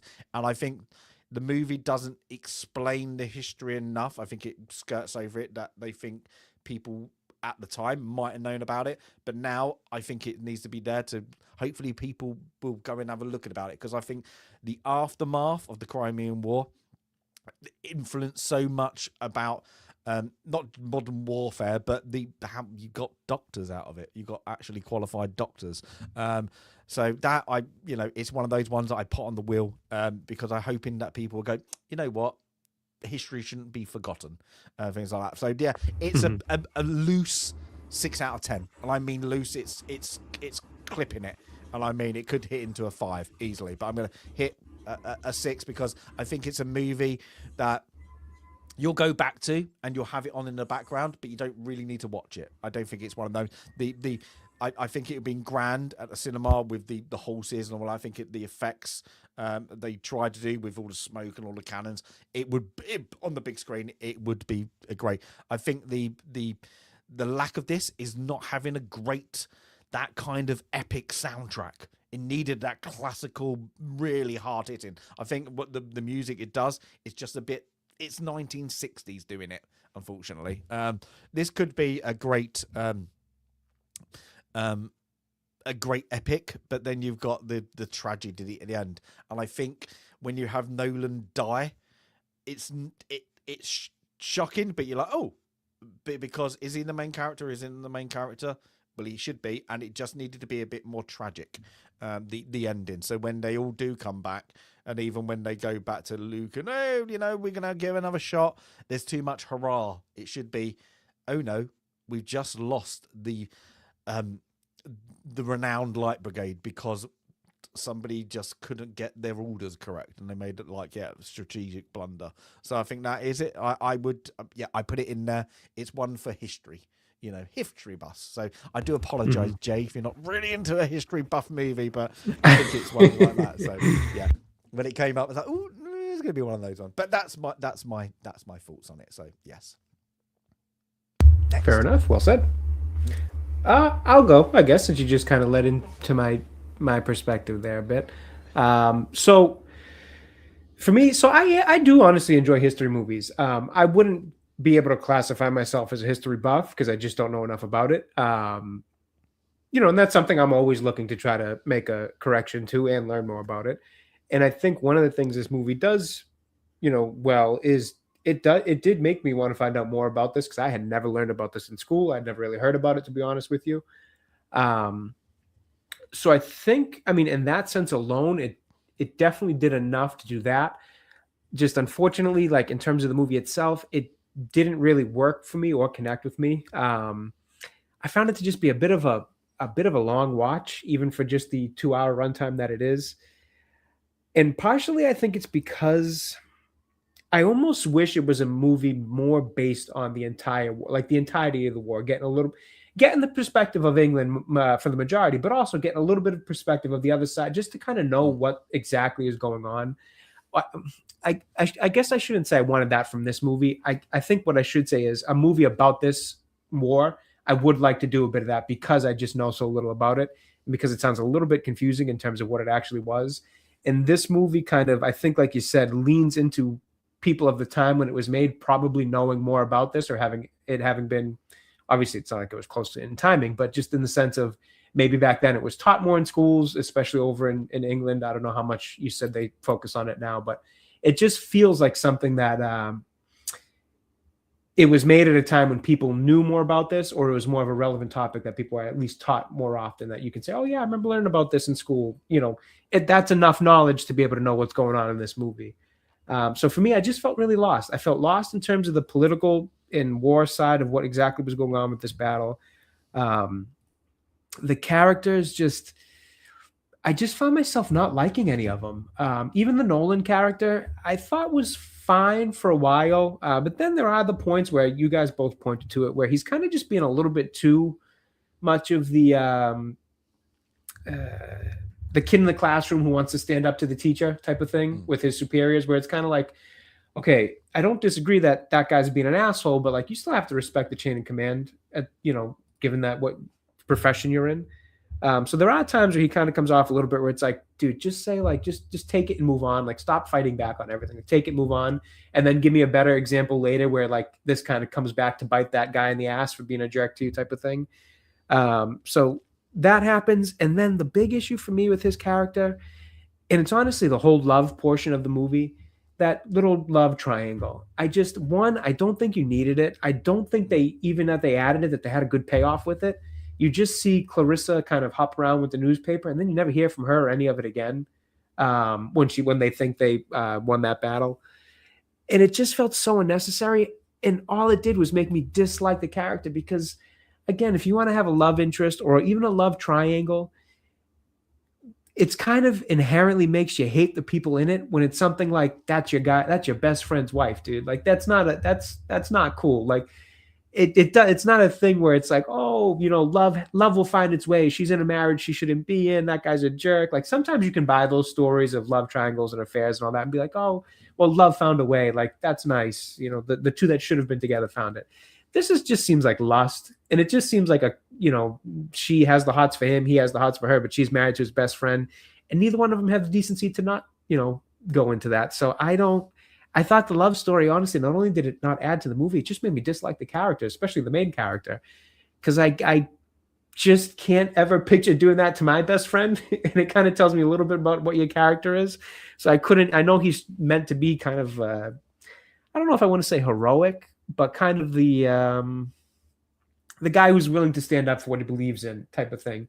And I just think that whole storyline undercuts it a bit in a way that is totally unnecessary. Because again, I don't think it adds a benefit to the movie. In terms of the fundamentals, I agree. I think the acting kind of is what it is for that era. I don't think it's awful or anything. I think it's just that style of still trying to go from stage to screen, where a lot of the acting feels very stage. Nobody stood out as great, but I don't think anybody really stood out as poor. And then, like you said, cinematography, all that, like quality. I really got with the fundamental stuff. I really got no issue with it. For me, it was just story. I didn't care for the first hour, like the first half. Kind of how you mentioned, the first half of the movie is a situation where if you want just the war, you can jump into the second half and get or the battle, whatever, you can get just to that. Or if you want the whole thing, you can, get the whole full movie. That first hour, that's just kind of like the people and the back and forth with these guys and the women and all that. I don't know. It wasn't capturing me. It wasn't keeping me glued to the movie. I just didn't find it all that interesting, a bit boring. So I unfortunately fall a little bit lower on the scale for the grade on this one. I was going to settle on like a 4, but whenever I just heard that about how many horses died in the making of this movie too, I got to bring that down, because that just, it bothers me a little bit to think that for this movie of this quality, I don't think that many horses, in any movie of any quality, I don't think horses have to die. But it's just even worse when it's like, this movie wasn't, this movie to me didn't need to exist. Never mind exist and take a bunch of horses down with it. So I'm going to fall on a 3 for this one. I didn't really care for it. And the brutality to the horses definitely also kind of brings it down. I know that's not a fair way to judge a movie if we're just talking movies, but it lost a little bit on me for that. I think it is a fair way to judge film. Well, yeah, I guess like in a way, right? It's like, I know we're trying to just talk about the acting and the fundamentals and all that, but I don't know. That just leaves a really bad taste in my mouth with this one, where I can't get over that. But I'm glad you shared it, James, because it's important. It's important to know. I feel, I agree with both of you in your assessment of the kind of the story, the way the story is told. This is, clearly 2 separate parts of a story and could have been told in 2 separate pieces. I give it credit for telling the story and for the historic approach and for being relatively historically accurate compared to other films that tackle war and battles. I feel like this one is more historically accurate than a few others. At least from what I read about how the orders were, misconstrued, miswritten, and the confusion when they, those who did go down in the valley, how confusing it was. So I give it credit for that. I understand it. This is slightly satirical, right? This is poking fun at the upper classes. This is Blackadder goes forth. This is, there's a point here, and there's a point in weaving in those little illustrations. So as I was thinking about my score, overall, film, acting, all that good stuff, my brain was landing on like a 5.5. And then I thought about all those little illustrations and the fact that that's kind of unique for this kind of film, like an epic, like you wouldn't have that in a Zulu. So I went up a half a point, and then the horses. So I have landed my score. I'm at a 4. I could, and I would again. I'd say I recommend this film, especially because for those of us in the United States, we don't learn about this war at all. We hear about it as a blunder. We know about it from the poem, but to see it in film is important. It's important to kind of get more of the story than just the poem, to get the context. But the acting, to your point, the needless love story that has zero payoff, I didn't get for that. I didn't get that. I would have liked a tiny bit. I wrote a note down here about, Cardigan, why? Meaning, what is his why is he like he is? I want just a smidge of that. I want to know, like, why does he bluster? And you do get the sense that others, can't stand him, don't want to work with him, disagree with it. But still, like, I didn't get like what was behind that bluster at all. And almost for his stature and his acting ability, it didn't fit. For me, it didn't fit. Now, he was nominated for a BAFTA, so obviously it fit for some. It just didn't really fit for me. Also, I think Sir John Gielgud was underused in this film. It was really super clear when he was talking that he is the actor among actors here. He wasn't having to overact. He was effortless. And that really stood out versus the other actors in the same scene. So I'm at a 4. I still recommend it. I'm glad you put it on the wheel, James, so that we could have these conversations. Sometimes it's great to have a film that's not so great so that we can talk about all the reasons why. And that's why film club is so cool. So thank you, James. I agree. Thank you. Yeah, I'd say this is one of the ones up there. I think we've had one of yours, Sandy, and probably one of mine previously, where, it's one of those where you've heard this is a battle of a war that nobody's heard of, but they probably heard about the nurse more than the battle, the war itself, or what actually happened, or the reasons why, like all that time and period that everybody's heard of Victorian Albert and these wars and all the empire as it great it was at that period. But yeah, it's just like shift off that. That's why I say like the Korean War is a great one. Everybody has heard of it. Most people don't know crap about it, and it's not taught in any schools. I don't think really hardly any. And jump over Korean War and then go straight into the Vietnam War. It's like that happened, off you go. It's more of a what is more relevant and interesting to the like to show Hollywood and keep people's attention. But as we said, with the going into the American Civil War, the history going into this, afterwards and the effects it had. Was mind-blowing. So yeah, hopefully people have a little bit of a research, and that's it. But yeah, it's one of those ones where it's a recommend, but you recommend it for the conversation, what you can get out of watching a movie, and that is great in itself. And on that note, we've got a great conversation piece next week because, as me and Jay said, I'm excited. It's we have about AI. I love it. Jay, we're talking about, and then Lucky on the list, the Terminator. We got it as we found out it was the Terminator that came out. So before we might have to spin the wheel, and hopefully Daryl gets his Western. Fingers crossed. The fingers always crossed. Daryl, we're all cheering for you, Daryl. We are. I was looking for the list and went, how have we not got one? Come on, the odds are getting narrower. We must get there one day. So let's watch the trailer. Both of us, but Sandy, you typed it. It's an 80s trailer. It is such very. It's the very music, 80s. the narrator, all of that is so 80s. Yeah, let's do this.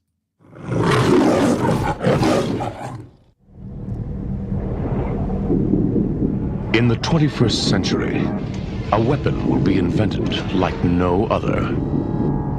This weapon will be powerful, versatile, and indestructible. It can't be reasoned with. It can't be bargained with. It will feel no pity, no remorse, no pain, no fear. It will have only one purpose: to return to the present and prevent the future. This weapon will be called the Terminator. You're dead, honey.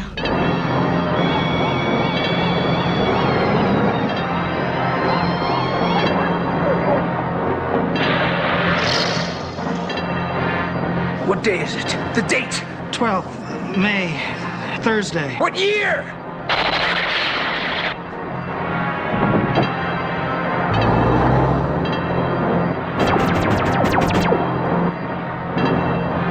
I'm here to help you.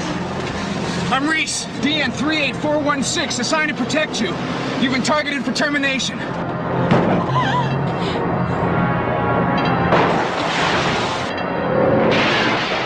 Why does it want me? Why me?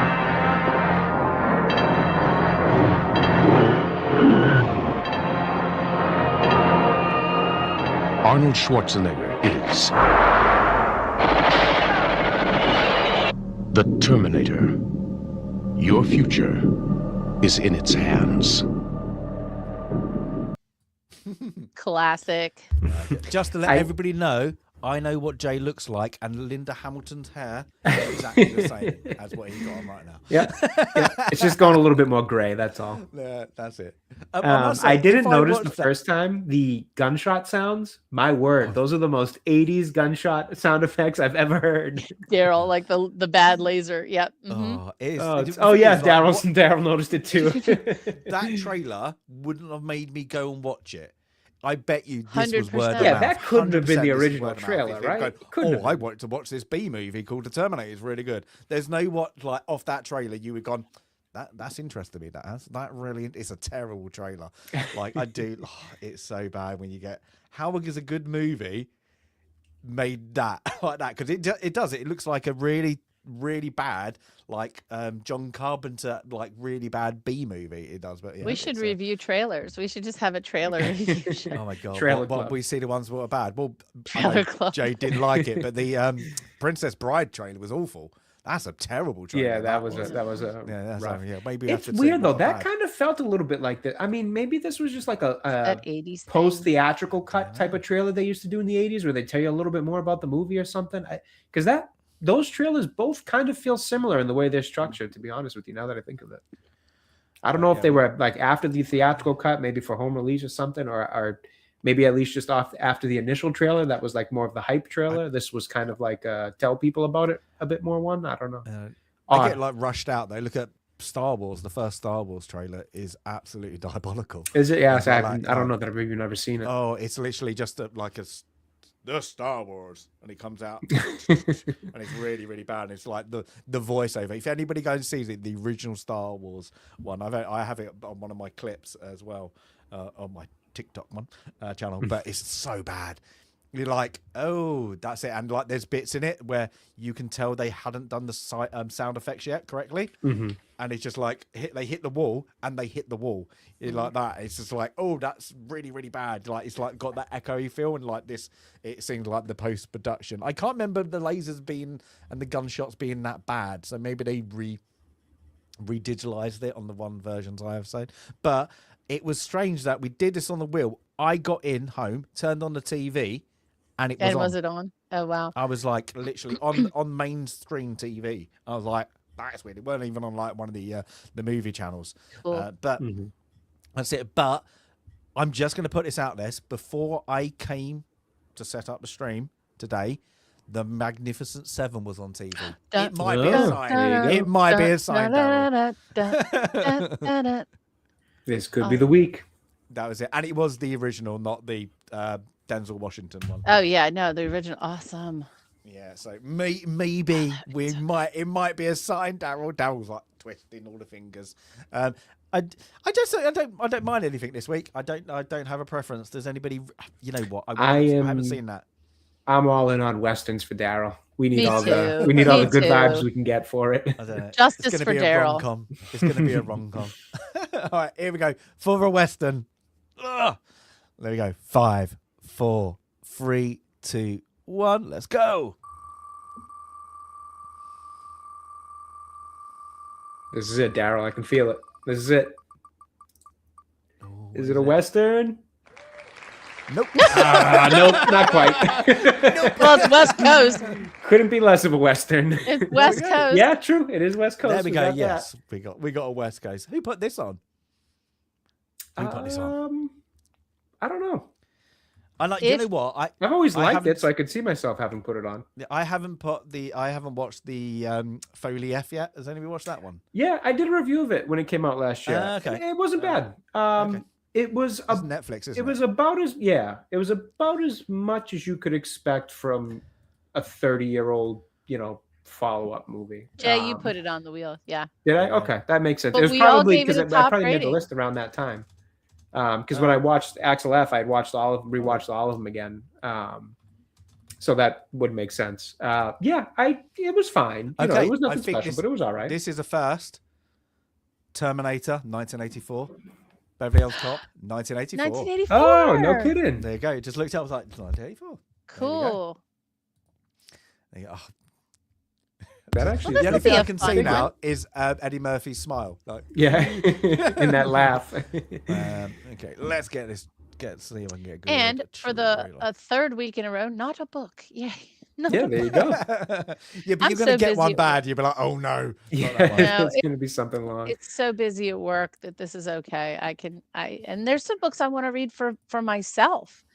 Like, when I was in London, I chose a biography. I think I told you Anthony Hopkins.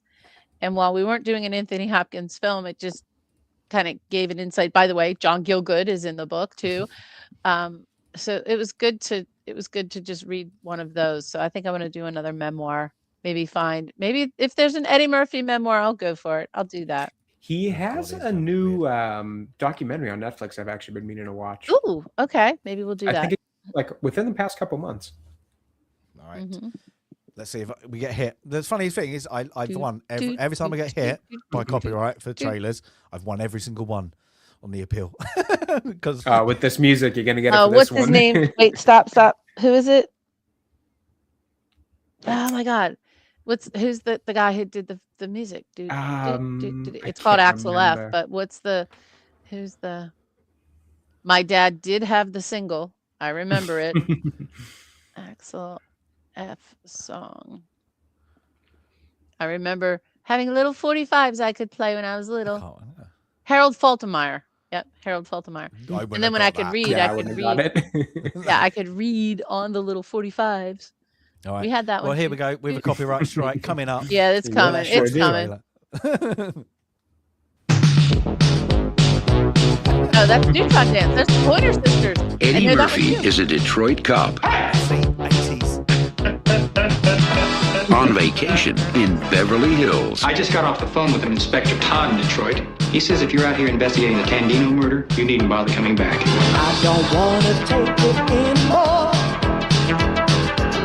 For a man who claims to be on vacation, you look a lot like you're on a stakeout. Stakeout? No. I'm picnicking. This is like a picnic area. I have to ask you some questions about Michael Tandino. I've never been to a cell that had a phone in it. Can I stay for a while? Because I ordered some pizza. We have 6 witnesses that say you broke in and started tearing up the place, then jumped out the window. May I help you? Yeah. I'm looking for Victor Maitland. I've nothing to say to you. How you doing? You guys don't know nothing about nothing, do you? You just got your badges and your guns and you're on the job, right? Make sure we get the right drinks, because if I drink club soda, I'll throw up. You know, this is the cleanest and nicest police car I've ever been in my life. This thing's nicer than my apartment. Let us bet you are the pride of your department in Detroit. Seems painfully obvious you haven't the slightest idea who you're dealing with. I know what y'all think I am. Killing me some kind of food. Hurry up, quicker! Crawl back to your little stone in Detroit before you get squashed.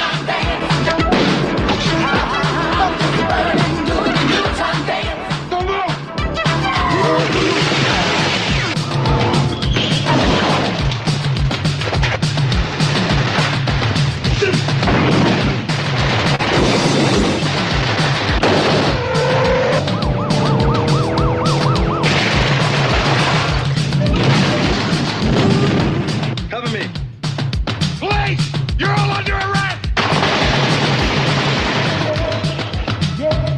that again, I'll shoot you myself. Eddie Murphy, Beverly Hills Cop.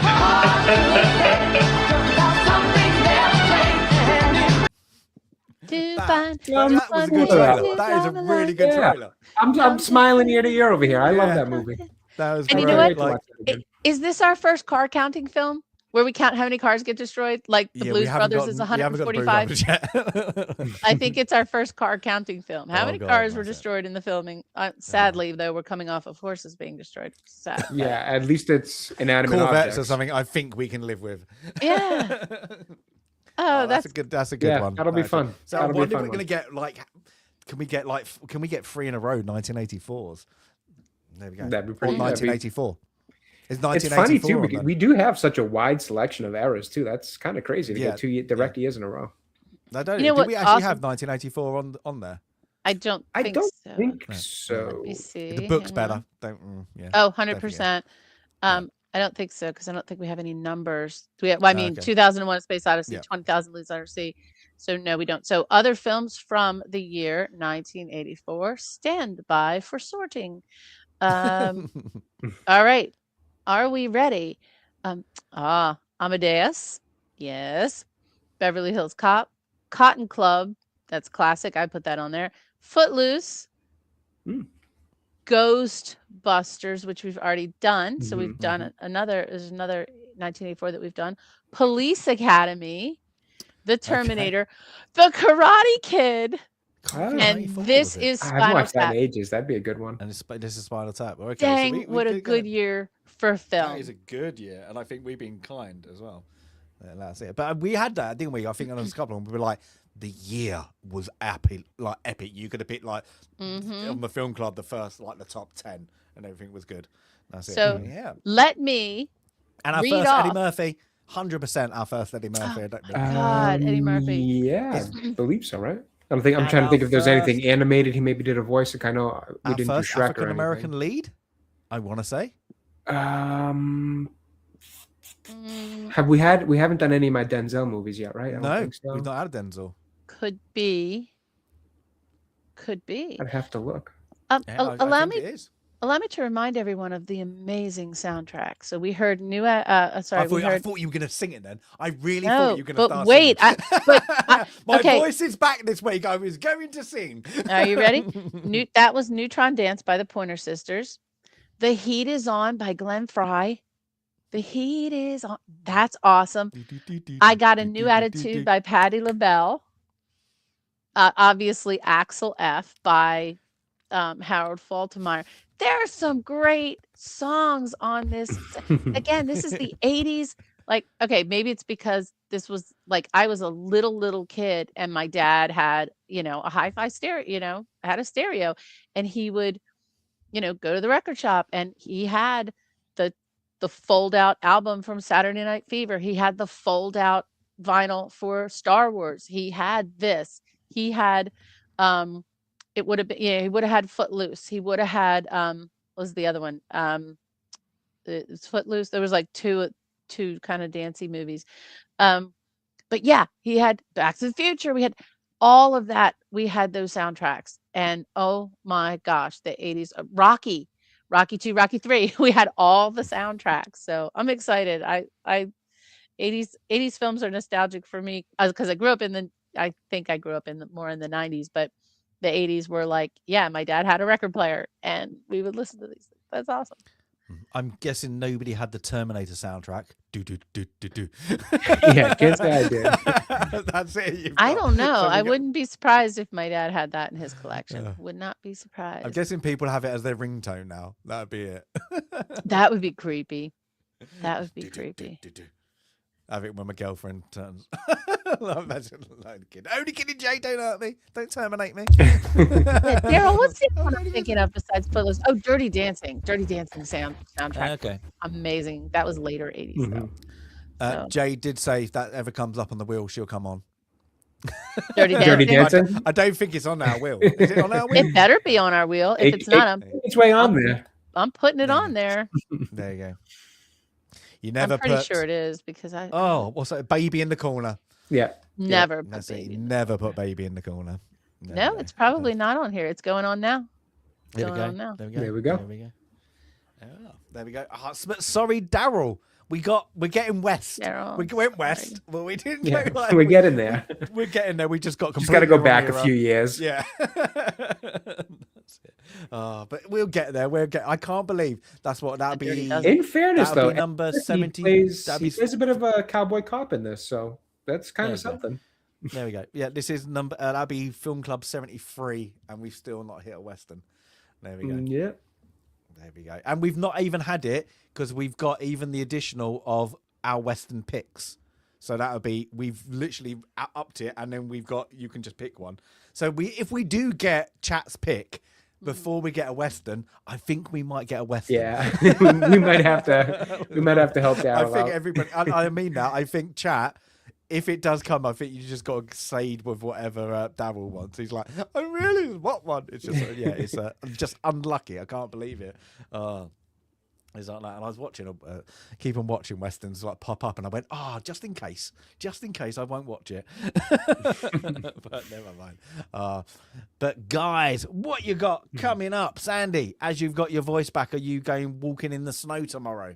Not going walking in the snow tomorrow. I mean, I would love to go in the snow angels. if it wasn't going to be 18 inches. So no, that's not going to happen. If it was a little dusting, I would definitely go walking. But no, so I did my second stream from my desk this morning. So we did a little desk live stream. Oh, cool. And I just shared a course that I teach on the resources of the National Register for Historic Places and the National Park Service, and how you can find cool stuff there. So I am. Was that on your channel, your Sandy Q channel? Or it was on this channel. Yeah, the Sandy Q channel. Just a chat, just a quick, just to keep the algorithm going with live streams, since I haven't live streamed in a while. But otherwise, I'm just continuing to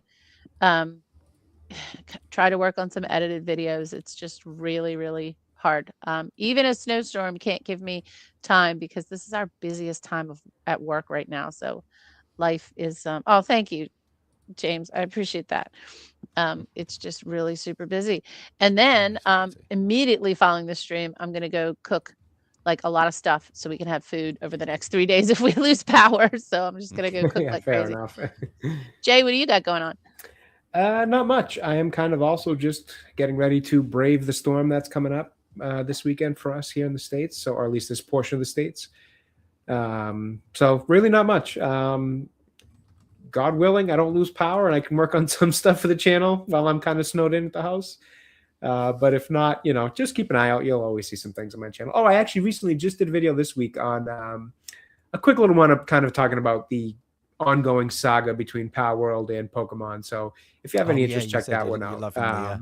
Yeah, I ended up doing it, and it's doing pretty well too. So I was pretty happy about that. Apparently that's a hot topic for people. So that was a fun one to do, and I actually really enjoyed making it. And obviously, a ton of conversation happened in the comments afterwards, which was really cool. My first video to do that, so it was fun talking with people about their kind of takes on it, all that. So that one's up. You can feel free to check that one out. Otherwise, I honestly got to do a little bit of work on videos and shorts this weekend. So power permitting, I will be able to do that.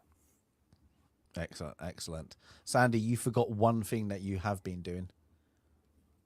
What have I been doing? Sorting in Conan. Oh my gosh, I have been sorting in Conan. Yeah, we're back in Conan. I see Daphne's in there now. I might jump back in later after I do some cooking. I've been sorting at Pork Chops. I built the tower at Pork Chops base. I think Az is going to kill me, because the last thing he wanted was an ugly tower. Az is a really he's a very thoughtful builder in games. He doesn't like monstrosities. And so Pork Chop had put like 2 levels on. I added like 5 because I wanted a rooftop bar, and we're going to do the travelator from the top of the tower over to the top of Hunted's pyramid. It's going to look horrendous, but it's going to be so freaking cool. But I've found the spot. Thankfully, a lot of people were running to New Asgarth, as they always do. And last time someone took my spot. At this time, no one took my spot, so I've got my permanent base going as well. So yeah, Conan's a lot of fun. Tons of people. I think there's like more than 20 people on the server, which is really cool. And you're on the server too, but you're on by by a sneaky name that no one knows it's Who? you. Me. Yeah, me and Viper have been very sneaky and called ourselves Japanese names that nobody can pronounce. And then he wasn't hidden, but I hid myself, and they only found out literally on Friday where I was, and Dan came across me by accident. Well, Yeah, I saw that. And and he was like, That's funny. "What is this build?" And then I was like, "Oh no, they found me." The Viper was texting me going, He was "He's in the found you. jungle. He's found Yep. you." And they're like, "Yeah," because they went to my old treehouse build, and I was like, "I'm going to go and punch him one and run off." So I went in the game, punched him one whilst his live stream and ran off. And then he found some of my base, and then I was like, "I'm not going to let him go up." So I nicked the elevator and took it up. Oh, too But that funny. was good. So nobody's seen it, but now it's complete, except for one bit. Me and Viper Nice. trying to connect. But yeah, we've done this massive Japanese style housing, but I've done it like 50 feet up in the air, so nobody can get to it. It's quite. Oh, cool. It's got a lot of lanterns and looks quite impressive in the night. Let's say that. But it's been a lot of fun. But I've been hugely busy, so I've been kind of working real life crap. Unfortunately, not I've been able to stream, and then just going. I just get some iron, come back and do some work. Oh yeah, that's built, and then just build another panel. I know, So it's a lot addictive. of Hey, fun. Galadorn, you know how addictive it is, Galadorn. Yeah, Galadorn, you know where it is. It's Galadorn's great. He gives me the Top Gear stuff. Find the Oasis where the tigers are or the jaguars. I'm there. Drop off some stuff. I gotta find Galadorn. too. Please give me some great stuff, because I know Galadorn was like the first time I think I ever played the game. He just ran up to me and dropped this like this epic armor and like this axe, and I was like, "What's that?" And I was like, "Oh my god, I'm epic! I can't die now!" And it was like probably throwaways, like yeah. So it's like, but I'm not that like. I Who's see got the everybody's like, glowing blue horse? Because there's a small don't know. build Is it near admin? me, and it's someone not in our clan, but they've got a stable with a glowing blue horse. That Oh. sounds like a Viper thing. I don't know. Okay, I don't know. Me and Viper went on a quest, and I did have a white jaguar.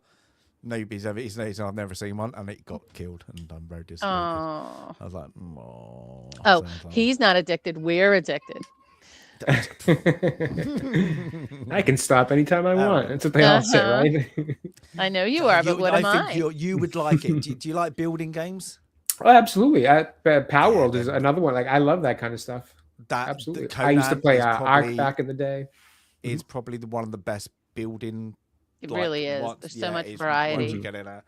So yeah, if you get like the add-on DLCs are sometimes like be like $10-12 or sometimes I think they're things, but like you do get like it's worth it. Like the hours, I think I probably got like 600-700 hours probably in the game, and most of it is just building. I don't really do the inventorying. I just build and make this epic. That was to be honest with you, when I used to play Ark a lot more, that was my favorite, was just building the bases and defense systems and all that. I just could sink hours into doing that alone. Yeah, that's it. Yeah, I like my builds, and that is quite a thing, and especially when you come across a problem and then you realize how to fix it in this, because like there's constraints, and like my first new one, I think I like destroyed it like 3 times. I went, oh no, if I put that pillar here, it will work. It will work. But yeah, it's a lot of fun. I think Mr. Porkchop is enjoying it. So everybody who hasn't subbed, I'm guessing most people have, go and sub with him. He's now back with the addiction, and he's got everybody else addicted Tons as of well. fun. Yeah, so it's That's hours. awesome. Yeah, a lot of fun, and I like it because everybody just does their own thing on the server, and I think that's what a lot of people are just enjoying. It was from brand new, let's do it again, instead of coming in like halfway into. I know they did that on one of the servers. I think it's quite good that everybody's gone, oh, you know what, I'll just brand new. And for what a game, what is it, 7 years old, Sandy, or something like that now? It's quite a ways old, and I agree with you. It's kind of like I was playing my own instance of the game, doing something insanely crazy with a build, so I wouldn't mess anybody else up. But like, it's fun. I can do my own thing, but I can also say, hey, so-and-so, you want to go hit this dungeon? Like, it's just fun to have folks in the game. The world is so huge. You can do your own thing as long as you want, or yeah, you can like, so it was funny. Last weekend, I think it was on the Sunday Fun Day, the week before, I was already in the game, and I didn't know what they were doing and they switched it to Conan, and so Az and Porkchop and company and I was already in the game, and I had put in the game chat that I was going to go over and hit the hive queen, the great big bug, and Robert wanted to join me. So we went over there. We got demolished, came back, retreat. So Az wanted to jump in next time. He's like, hey, Sandy, let me know the next time you're going over there. I'm over there. I said, okay. I said, a couple minutes. Let me get repaired and stuff. And about 2 minutes later on the stream, he says, Sandy, are you off somewhere strategizing? Like instead of getting into the battle, it was so funny when he said, are you off somewhere strategizing? I'm like, yeah, that's me. I'm off. Actually, I was just building, better gear and stuff. But it's just fun. And then you can just go off and do your own thing again. And for a game, I had never heard of that game until Pork Chop. Well, maybe it was Az actually before him was playing it. And I was like the first, what I thought was a big world that I was, for survival build was Valheim. And I really like Valheim. But then when I saw Conan, it's just got so much more variety. Like with Valheim, there's probably like 6 different biomes and maybe 3 or 4 building sets. This is just the core game building sets and biomes are so diverse. And then I bought like 3 DLCs. It's great. It is. Stop talking about it because then I'll want to play it instead of cook. I gotta go. I gotta cook my dinner. So we're not gonna play. I'm gonna go in and I'll be like, Sandy's loaded. Oh, I will. I'll be in there. Yeah. Give me a half an hour. I'll be there. I gotta get dinner started and then I'll jump on. Yeah, I might just do it just before. I'm gonna watch the Montreal beat the Boston Bruins. Yeah, we'll see.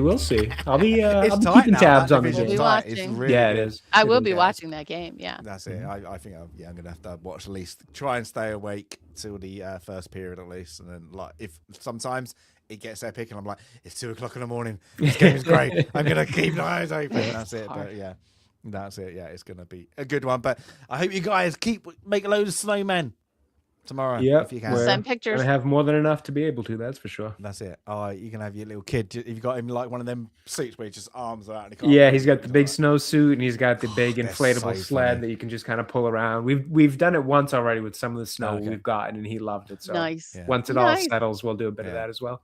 My kid, when he did it, he was just like, "Oh my god, he's a star. He's literally a star. I can't move, and he's loving it. It's just like that." So yeah, he got. I was surprised he made he's a big snowman. Things, and it was the first time he did. I thought, oh my god, is he gonna cry because it's sunny tomorrow? And he was like, no. It's like, he didn't. I was like, oh, that's good. But yeah, for myself, otherwise for streaming, I don't know. I've got some work commitments next week. I'm gonna try, but I've got, unfortunately, real life. Hate it. That's it. But I can't be helped. So I said I've not done any of my shorts this week. It's been too busy.